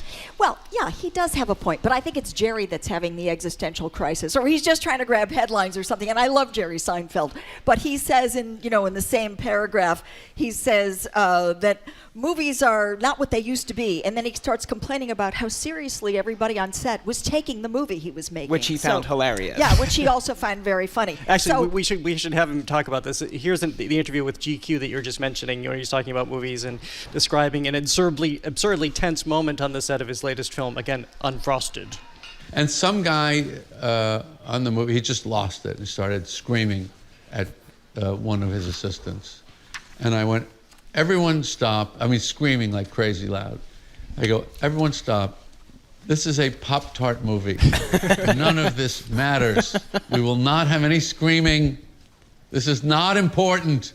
I made a big deal out of the fact that this is not important. We're here to just make a silly movie. All right, so Joyce, you're going to remind us why they're important. Oh, absolutely. In 2024, let's face it, this is true. Movies occupy a much smaller amount of entertainment space and psychic space for all of us because there's so much else out there that's, calling our attention. In 1955, when Seinfeld was born, talkies had only been around for 25 years. So, it was a new form. Now we have movies, we have TV, we have streaming, we have online, we have people watching movies on their phones, something I've never done. But it's a very different landscape. But movies continue, I think, and last summer proved it with Barbenheimer, that people will turn out in movie theaters for huge, well-made movies to the tune of billions of dollars in ticket sales. As long as they're plot-driven, they're smart, they have a vision, et cetera, et cetera, et cetera. Edgar's, I think they will increasingly be the exception. I think Jerry's actually right on here, and he's not the only person who said this in recent years. And I think it's important to make a distinction. I don't think that the idea of making movies or going to the movies is dead. I don't think he's saying that.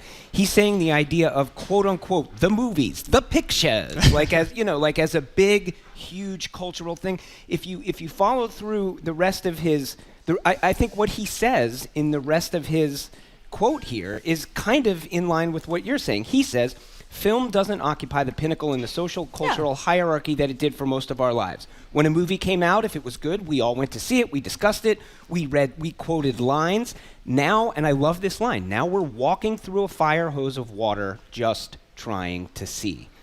But there are more movies available now than there ever have been before. Absolutely. I mean, thank you, TCM, for all those classical movies that they've revived that are now available to us on streaming and all these formats. Yeah. So we have access to much more, Yeah. but it's not as focused. I mean, but every sort of institution this is the is going splintered through landscape that we're in. Because I think the three of us definitely, most people, because this is only the newer generation that has this proliferation of content drinking from Jerry Seinfeld's fire hose, but we always had movie stars. There was Katharine Hepburn and Elizabeth Taylor, and then Julia Roberts and Brad Pitt. And I often wonder now how often we'll have true movie stars anymore, because I think, well, one, we have stars, but they're stars of all realms. I think some of the magic is gone. Joyce is already waving her finger movie at stars, me. well, no, you're right. And I think movie stars don't want to be movie stars anymore. They want you to know how real they are, how normal they are. And it's like, oh, people used to go to the movies because they wanted the mystery of Marlene Dietrich or Betty Davis. We're in a different time, in a different culture. But I think there's no lack of content.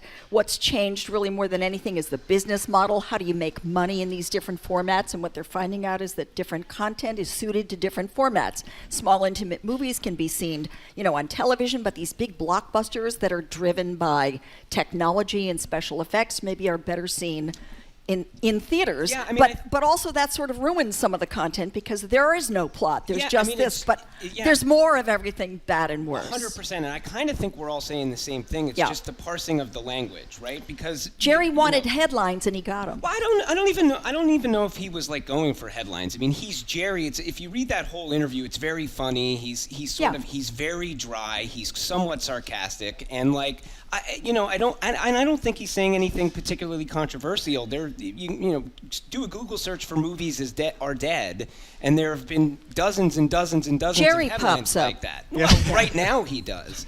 But again, there's some other interesting quotes on this same topic that I find really interesting. One from director David Cronenberg, famous director, who says cinema's already dead. However, filmmaking is not dead. Image making is not dead.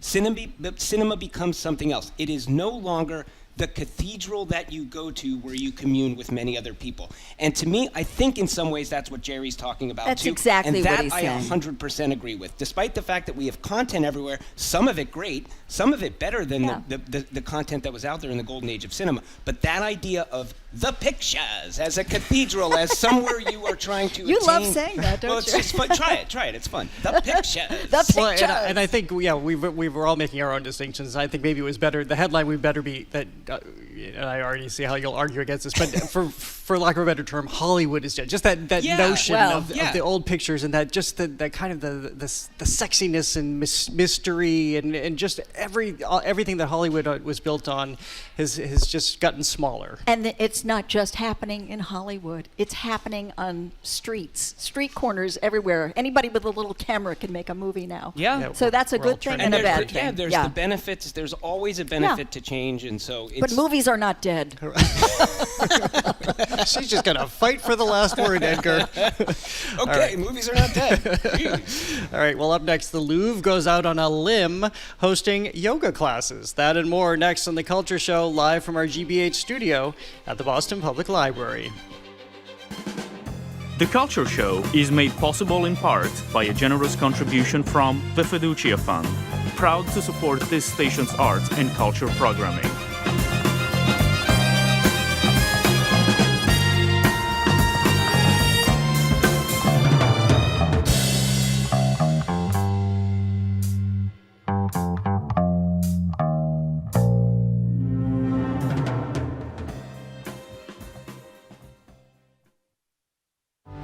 behind every headline. And while scientists work to save the North Atlantic right whale, they're also battling a wave of misinformation online. Is a human story. This Brown University team says they are using right whales as a mascot to fight offshore wind to promote oil and gas. No one's happy about another industrial activity in the ocean, but this is one that has the potential to have benefits for right whales because right whales are really impacted heavily by climate change. GBH News with NPR. What matters to you? Funding for our programs comes from you. And Comcast, offering the Xfinity 10G network, designed to provide a connection for home networks so everyone can be online at once, even during peak hours. Xfinity.com. And Creative Playthings, committed to helping kids develop social skills as they play. Creative Playthings offers custom swing set designs and recommendations to fit any yard space. Learn more at creativeplaythings.com. I'm Arun Roth. Coming up on GBH's All Things Considered, local restaurant owners are celebrating a move to make pandemic-era policies on outdoor dining and to-go cocktails permanent. We'll have the latest on pro-Palestinian encampments at colleges in and around Boston. And this week's Joy Beat, we're featuring Massachusetts Elementary School Principal of the Year. Those stories and all the day's news starting at 4 on GBH's All Things Considered.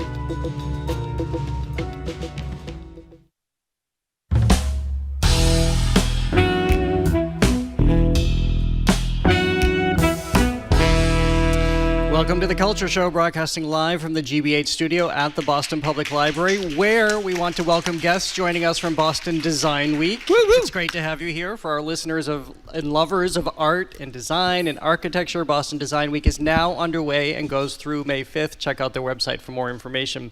I'm Jared Bowen. Callie Crossley is away. I'm joined by co-host Edgar B. Herwick III and Culture Show contributor Joyce Kulhaywick. If you're just tuning in, it's our Arts and Culture Week in Review, which includes climate activist group Extinction Rebellion calling out the American Museum of Natural History for their literally substandard climate exhibit, which is in the basement. Now, we have talked about this group. Love that. We have talked about this group before, most notably in Boston, for the fact that twice now they have targeted the Isabella Stewart Gardner Museum for their protests, not for any specific reason related to the Gardner specifically, but just as a way to draw attention to what they want to see as changes that would improve our vastly warming planet and other climate change issues. This time, and we have talked in the past about how they and other groups which are throwing food at the Mona Lisa or Van Gogh's sunflowers. Gluing themselves to walls. Exactly. Why are you doing this? How is this drawing attention to climate change? This one actually does make a little bit more sense because they're saying that the American Museum of Natural History is not doing enough. Yeah, I have far more sympathy and understanding of why a group like this might target this institution in particular, and I think they have a point. You can kind of, any one person can quibble about whether you think the way people are protesting are right or wrong, but in this case, this feels, it was a luncheon.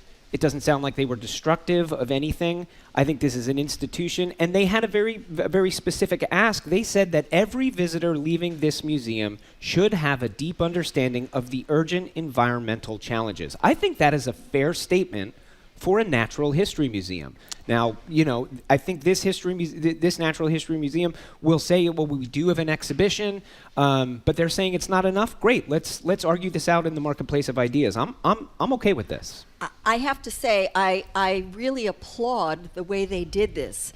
It was a mother and a daughter who came out. The daughter was like 14 years old, and she spoke to this environmental issue. Her mother then made a very articulate statement about how this issue, climate change and environmental, should be front and center. In fact, we'll pick that up in just a second. And here we have this conversation urging the museum to make the climate emergency a focal point of the institution. This conversation is amazing, but we could have had it 10 years ago or 15 years ago. They all know, the children know what's happening. There's snowless winters. There's there's orange air. But I think that this museum has a moral duty that every single child and person who comes knows that the situation is dire. So this was so well said that I have to applaud the way they did it. And the fact that it was a mother and a daughter suggested, by their example, that it's a generational issue. This is something that our kids are going to inherit, and their kids and their kids. And when they were all done, and they talked for, I'm going to say, a good 10 minutes in a room with beautiful tables set and people all dressed up and flowers and a panel on the stage, everyone in that room listened. They were attentive, and they applauded these two when they got done. It sure beats throwing pumpkin soup at the Mona Lisa. Well, again, because this doesn't make sense, and other targets they've had are Turner and Constable, and these are artists who actually in their time were trying to address the impacts of the Industrial Revolution and what that was doing to the landscape and what that was doing to the climate. This is, when they're taking after the Gardner Museum, which is a LEED certified building, which is trying to do everything it can and is centered around a courtyard that's appreciating nature. You don't see the direct corollary. Here you see it.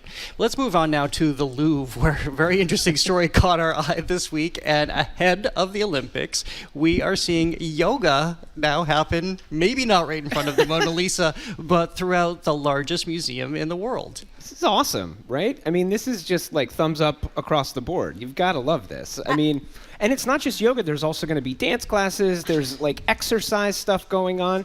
I think this is great. Also, this is interesting. This reminded me, I sort of had this in the back of my head, and when we started talking about this, I thought about this. This is around because the Olympics are coming, right? So in the initial Olympics, when as conceived by the folks who came up with the modern Olympics, right?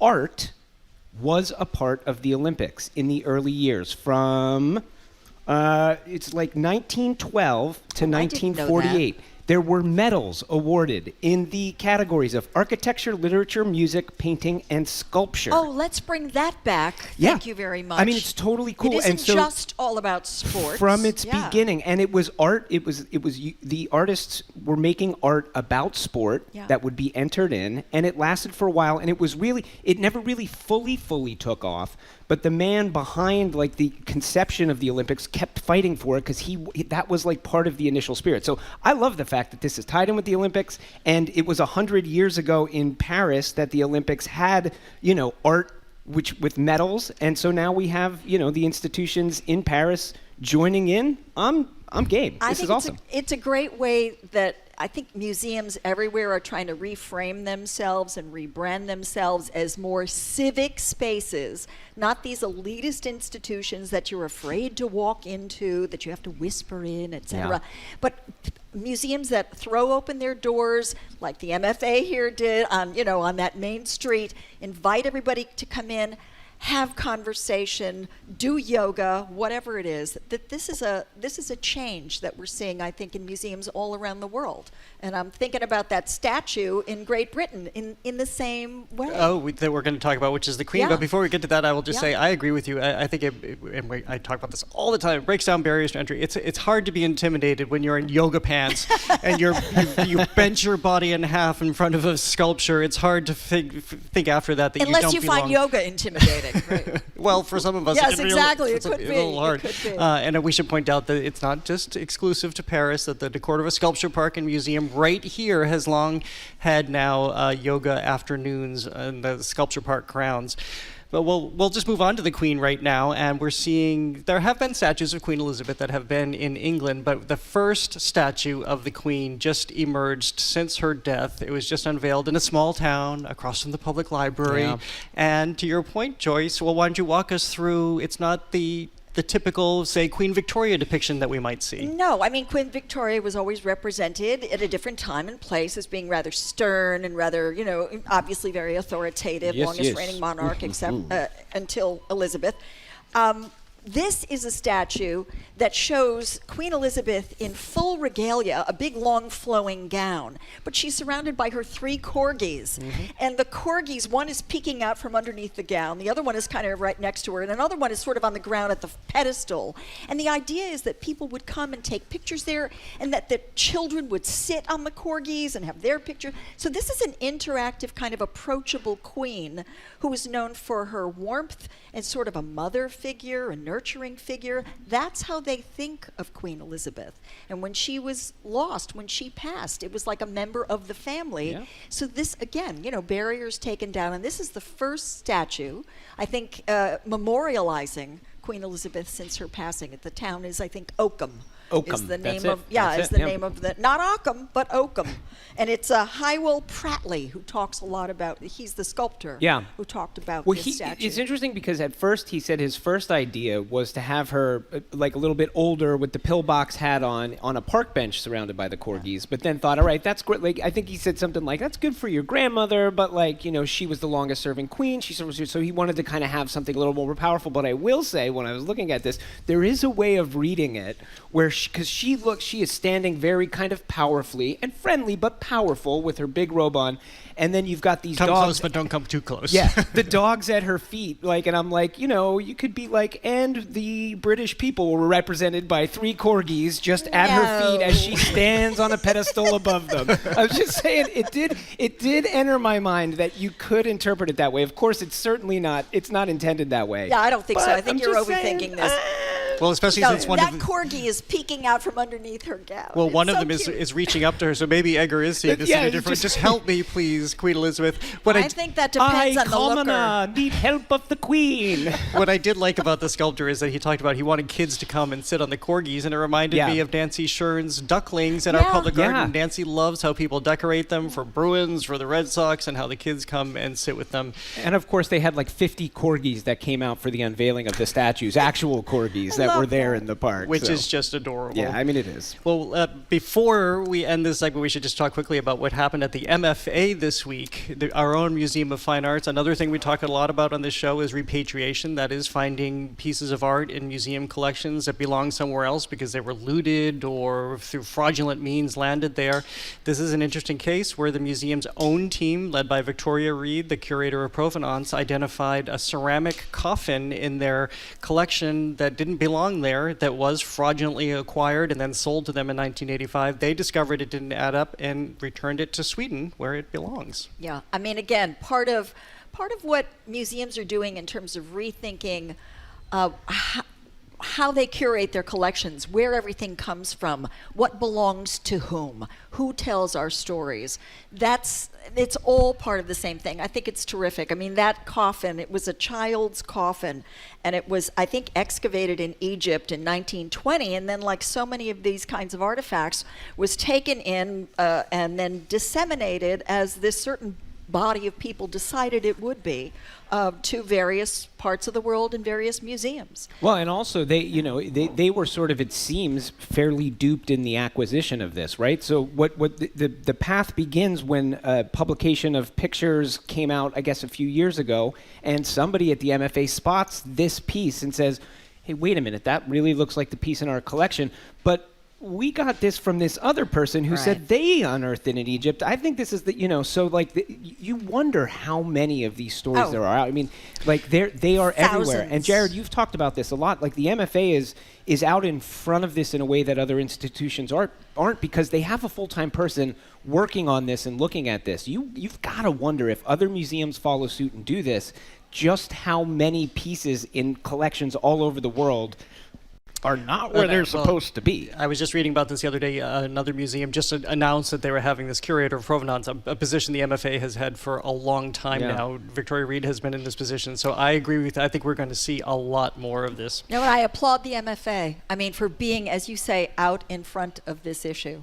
Well, coming up, The Man in Black is back. A posthumous Johnny Cash album features never-before-heard songs. That's next on The Culture Show, live from our GBH studio at the Boston Public Library.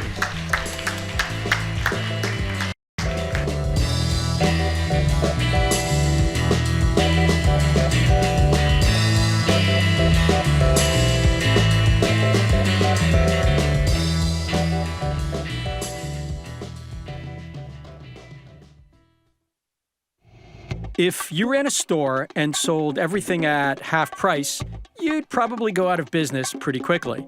But at many colleges, doling out deep discounts is just standard operating procedure. it's unsustainable. It shouldn't be that difficult. If you're going to have a set price, have a set price. It's bad enough that it's 56%. The worst problem is that it is going up every year. It's a self-destructive model, and no one seems willing to stop it. Listen to College Uncovered wherever you get your podcasts. Our programs are made possible thanks to you. And North Shore Music Theater. Audiences can experience the true story and musical journey of Frankie Valli and the Four Seasons. Jersey Boys comes to Bill Haney's North Shore Music Theater May 7th through May 19th. Tickets at nsmt.org. And Eastern Bank, committed to helping people and businesses prosper by investing over $240 million in local charities since 1994. Eastern Bank. Join us for good. easternbank.com. Member FDIC. Next time on The World, we hear from women who married ISIS fighters. This Syrian woman married an American who joined ISIS. لازم يعني يساعدون البنات أقل شيء. ما ياخذون اللي غاد لا ياخذونهن بس أقل شيء يساعدون. Now she says the U.S. government should help her two daughters she had with her American husband. That's next time on The World. This afternoon at 3, here on GBH News 89.7.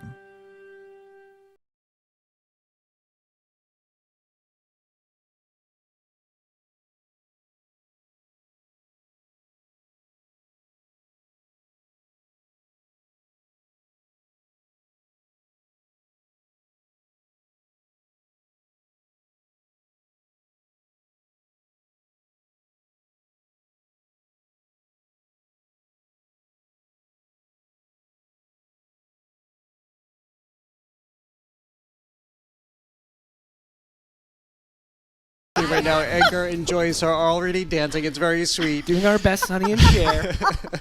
Well, gotta Cher, grow my mustache out a little more you though do. to pull that I off. grow my hair. You barely, Joyce. It's almost. Almost. It's kind of Cher. Oh, I identified with Cher. Oh my gosh, did I ever? I think we all did in very different ways. Anyway, we're going off the rails here. Yes, we are. Cher is among Cher does that to you. She, of course, has been inducted into the Rock and Roll Hall of Fame, or is about to be formally inducted into the Rock and Roll Hall of Fame. And it turns out, as you probably have grasped by now, that we three share a love of Cher. Hey. And I believe that what we just did you get it? No, you didn't see what I did there? No. I believe. Oh. You should In Life After Love?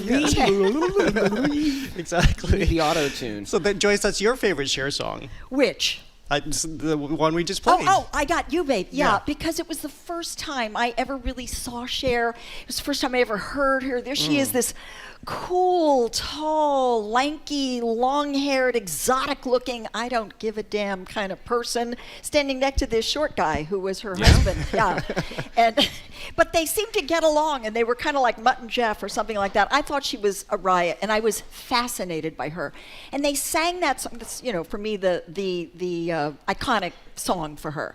And then she and Sonny actually did that song for the last time on the Letterman show, years after they had their divorce, but you could see them singing it, and there was still, a kernel of something between them that was fundamental to the relationship and all that, and she still looked the same, and it was incredible. Exactly. Talk about turning back time, right? Well, I promise that we're going to get to some of the other nominees, but we're going to stay with Cher for a moment. And Edgar, talk us into your favorite Cher. Well, I sort of like the early Cher era as well. 1966, so not long after I've Got You, Babe, she puts out a record, and this is a song that I have always just loved. She sings it with attitude. Sonny Bono wrote this song, and without Cher, kind of performing it, you would kind of be a throwaway. But this is a cool song of Cher's that.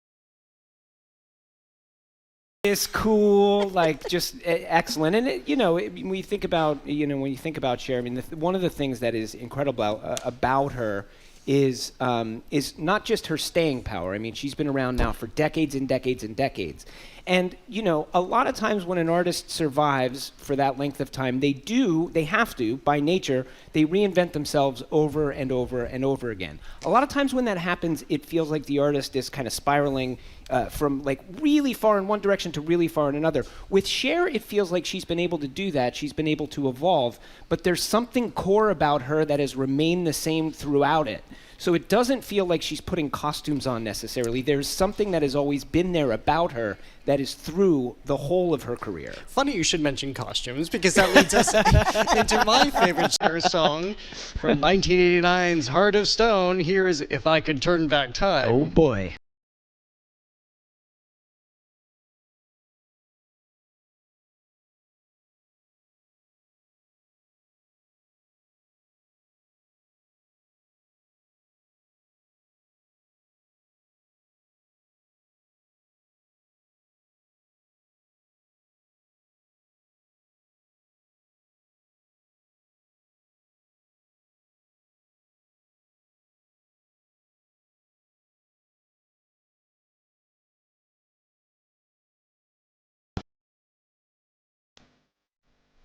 Remember that outfit that she How had? could you remember? How could you forget it? The moment that song comes on, the image is in my head. Yeah, she's practically naked wearing dental floss. I mean, basically, that was it. It's a little thicker than dental floss, but just a little. I mean, you have to remember, though, that this was post her winning the Oscar. I know, I'm supposed to be talking about this. Is my pick. Sorry, go ahead. I mean, Joy's trying to steal it from me. Jared, do you remember the outfit she wore in this video? I very much remember the outfit she was with all the sailors. Yeah. And I mean, when I first saw this, who is this woman? And yes, you're right. Coming right off of Moonstruck, where she had just won the Oscar. And actually, that was my first introduction to Cher. And I remember my aunt telling me that she was also a singer. I thought, wait, she can sing too? So this became my introduction. She also is an incredible actor, though. I mean, she's incredible in Moonstruck. She's incredible in Mask. Like, she's a fantastic actress. She's amazing. And don't forget, she held her own opposite Meryl Streep yes, exactly. But then walking off with that Oscar, I mean, she's remarkable. And then shows up. I remember Streep commenting on this. Like, Cher, what are you doing? You're naked on this ship with all these... But she knew exactly what she was doing. So, we'll put a little bow on Cher now, because a few other people were admitted to the Rock and Roll Hall of Fame, including. And by the way, Cher, how funny, especially when you hear that last song. I said we're going to put a bow on it. Now I'm unwrapping it again. But she said she didn't. She would never go into the Rock and Roll Hall of Fame because she was the only one, other than the Rolling Stones, who had had a #1 hit in every single decade of her career. The Rolling Stones landed in the Rock and Roll Hall of Fame. She did not until this. So hopefully. Not unlike Dolly Parton, who said she didn't belong there. Cher said she belongs there, and hopefully she will participate. But the other great story I love is Ozzy Osbourne, who is one of few people, I think only about 25 or so, who are going into the hall just on their own career and not as part of a group as he was with Black Sabbath. No, it's not 25, because that's the number of years you have to be in your career before. But he's one of few people who gets that honor. Yeah, all I can think of is the bat whose head he bit off. That's all I think of when I think of Ozzy Osbourne.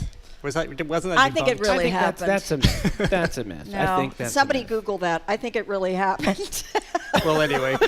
Well, let's move on to a local. Do you want to talk more? No, I was just going to say, I mean, I'm really interested in what the Rock and Roll Hall of Fame has been doing in the last couple of years. When we look at these nominees, they've clearly made a very conscious decision to diversify not just the folks who are in there, but what they mean by the term rock and roll. I think it's really interesting. Again, in this class, you have Mary J. Blige, Kool and the Gang, A Tribe Called Quest, among others. So I'm very interested in how they are rebranding what they're doing, and it's kind of I'm interested in what it will mean for the term rock and roll as we move forward through history, because they've clearly stretched it, and that's okay. I think it's good, but I wonder if they'll eventually rebrand what they are as a hall, as an institution. I don't know. It's interesting. Yeah, or expand the idea of what rock and roll is. I remember covering that when it first started, and they were a little thing at the Waldorf Astoria in New York City, and people like the Beatles and the Rolling Stones and Springsteen were there being inducted. Yeah. So I'm thinking they're going to run out of people, and they should narrow the field each year. Well, as we talk about these legends, another big resurfacing this week, and this is to understand that Johnny Cash recorded a whole bunch of demo songs over a course of quite a few years, and it was when he was really kind of down and out. It's hard to believe that Johnny Cash was ever down and out, but he was when he'd been let go by his record label. Recorded a bunch of songs. They're going to be put together in an album that comes out June 28th, and we were getting our first signal of what he recorded this week with the first single from the album, which is Well All Right, and it was shared this week. Here's a little bit of that.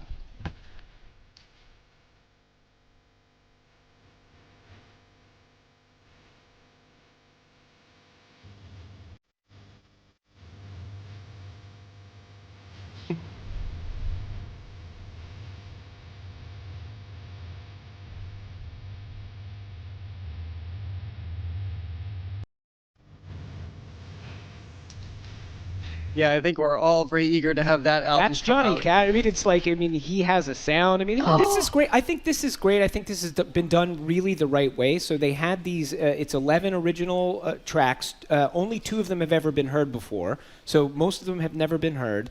But they were done. They were done in, in a studio. They had his vocal. There was a band behind it, but they said that didn't sound great. But the people they brought in to back his vocals for this album include Marty Stewart, who's a legend and played with Johnny forever. His bass player, before his bass player, who recently passed away, he was a part of it. His son produced it. So this sounds like it's going to be a great record. I think it's going to sell really well. I think it's awesome that it exists, and it's awesome that it's coming out. You know, it's incredible what can happen now because of technology posthumously. Yeah. So you've got this with Johnny Cash, and then I'm thinking about, the latest Beatles single that was able to come out because they could take tracks from Lennon and then mix it. It's kind of extraordinary. And I'm thinking about Johnny Cash's voice, which is, just unmistakable, like Cher, which got deeper over time. But my favorite Johnny Cash song is a cover of a 9 Inch Nails tune called Hurt. Yeah. It just sort of blew my mind. And in fact, I think Trent Reznor said, this is now Johnny's song. So I couldn't be happier to be able to extend the life of these artists. Yeah. Well, I think it's also a great answer to we've jokingly played that Johnny Cash singing the Barbie song, which was manufactured by AI and just hideous, and relatives and estates of dead artists have come forward and said this is absolutely not appropriate. So it's good that the Barbie song isn't the last lingering thing in our heads, that there actually is fabulous work still to be mined and produced by his own son, we should add. So it's a great story this week. Well, that is our lightning, which you I fall for that every time. You looked genuinely concerned, Joyce, for a moment. How is the sun shining and we have lightning? Yikes. Well, that, of course, signals our lightning round. These are the stories that caught our attention this week. Edgar, let's start with you. So I like this one. I cannot tell a lie. Archaeologists uncovered George Washington's 250-year-old stash of cherries. So the old story about George Washington chopping down the cherry tree, I cannot tell a lie, is probably apocryphal, but apparently he did love cherries. And so this is renovations going on at Mount Vernon, which was George Washington's home. And underneath, they were under a brick floor that was laid in the 1770s. They found 250-year-old bottles of cherries. Wow! And so they have like kind of taken them out. They saw the bottles. They were like, oh my gosh, there's something in there. They've taken the contents out. The contents are cherries. They said it smelled like cherries. They were probably there for storage. I'd want to turn those into a perfect Manhattan. Right.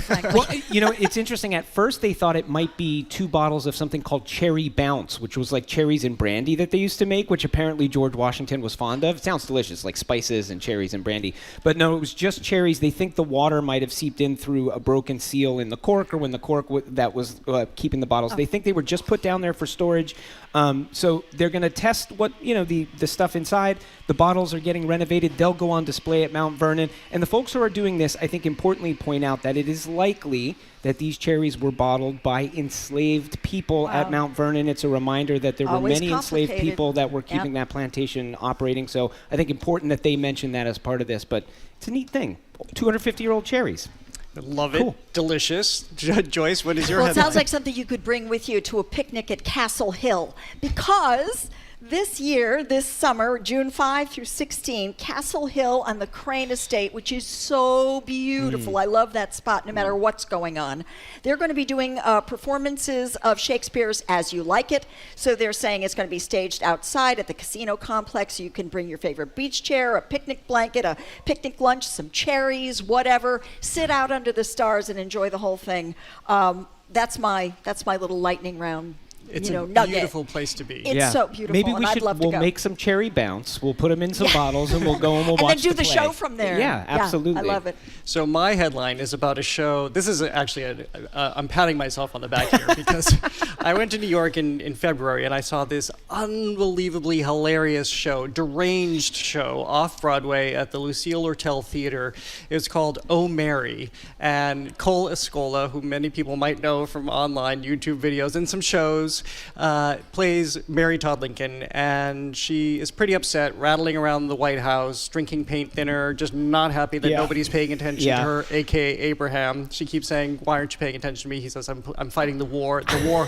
I'm fighting the war against the South. The South of what, she asks. I mean, I have never had the experience where I went in and laughed so uproariously throughout the entire 85 minutes of the show that I was hoarse when I left the theater. What's the name of the show? It's called Oh Mary. And then I came back and I told a bunch of friends about this and I said, get your tickets now. None of them except for Richard. Richard, if you're listening, you're the only one of my friends who did this. You'll be thankful because he's going, I think, this coming weekend. But so it sold out immediately because it is so funny. And they just announced it's transferring to Broadway and it opens on June 26th. Wow. So you've heard it here. You were there. Get you were your there tickets first. now because I'm sure it's going to do phenomenally well on Broadway too because it is such a hysterical show. You heard it So on the fun. Culture Show. That's right. Culture Show. This is the purpose that we serve. Why we're here. This is all for this edition of The Culture Show. You can catch up all things arts and culture by way of our podcast, which you can find on Apple, Spotify, wherever you get your podcasts. Joyce Kulhaywick is a Culture Show contributor, an Emmy Award-winning arts and entertainment reporter, and president of the Boston Theater Critics Association, where she keeps us all under tight control. And you can find her reviews on joyceschoices.com. Edgar, what's coming up on the Curiosity Desk this week? Our latest episode is coming soon about all of those signs that you see in going into Massachusetts towns in that odd shape that say now entering the town that you're entering. We're going to take a deep dive into those signs and their history. Love that. They're good magnets too. And you should mention, because we have all the people from Boston Design Week here, you're doing a Boston Design Week event. Yeah, so we'll be there at their award ceremony. I think that's a week from today. So we'll be there next Friday. So join us there. Honoring design leaders. And you can tune into the Culture Show on Monday for Worcester Poet Laureate Oliver De La Paz. Guster frontman Adam Gardner will be here. He's going to be talking, this is fascinating. He wants to make touring, rock and roll bands touring, a more sustainable enterprise, environmentally sustainable enterprise. So we'll talk to him this Earth Month. If you think of all the trucks and everything it takes to put on those shows, he has figured out ways to make it much more sustainable. And then we'll go to the Venice Biennale by way of the Vatican Pavilion, and Sister Carita Kent, who we might know in Boston because she did the design of the gas tank on 93. She is getting a retrospective at the Venice Biennale. Thank you today to the BPL Technical and Logistics crew, Glenn Heath, Sai Patel, Josh Polonsky, Maddie Geyer, Matthew Glover, Eddie Hickey, Sandra Lopez-Burke, Isabella Karen, Carly Kokorin, and thanks to City Table, the Lennox Hotel, and the Newsfeed Cafe. Thank you so much to our audience coming here today. Congratulations to Boston Design Week. Thank you for being here. I am Jared Bowen. Have an arts and culture-filled weekend. Where's Mary? Where is she? Where is she? She's just about to close up the library. The Culture Show is made possible in part by a generous contribution from the Fiducia Fund, proud to support this station's art and culture programming.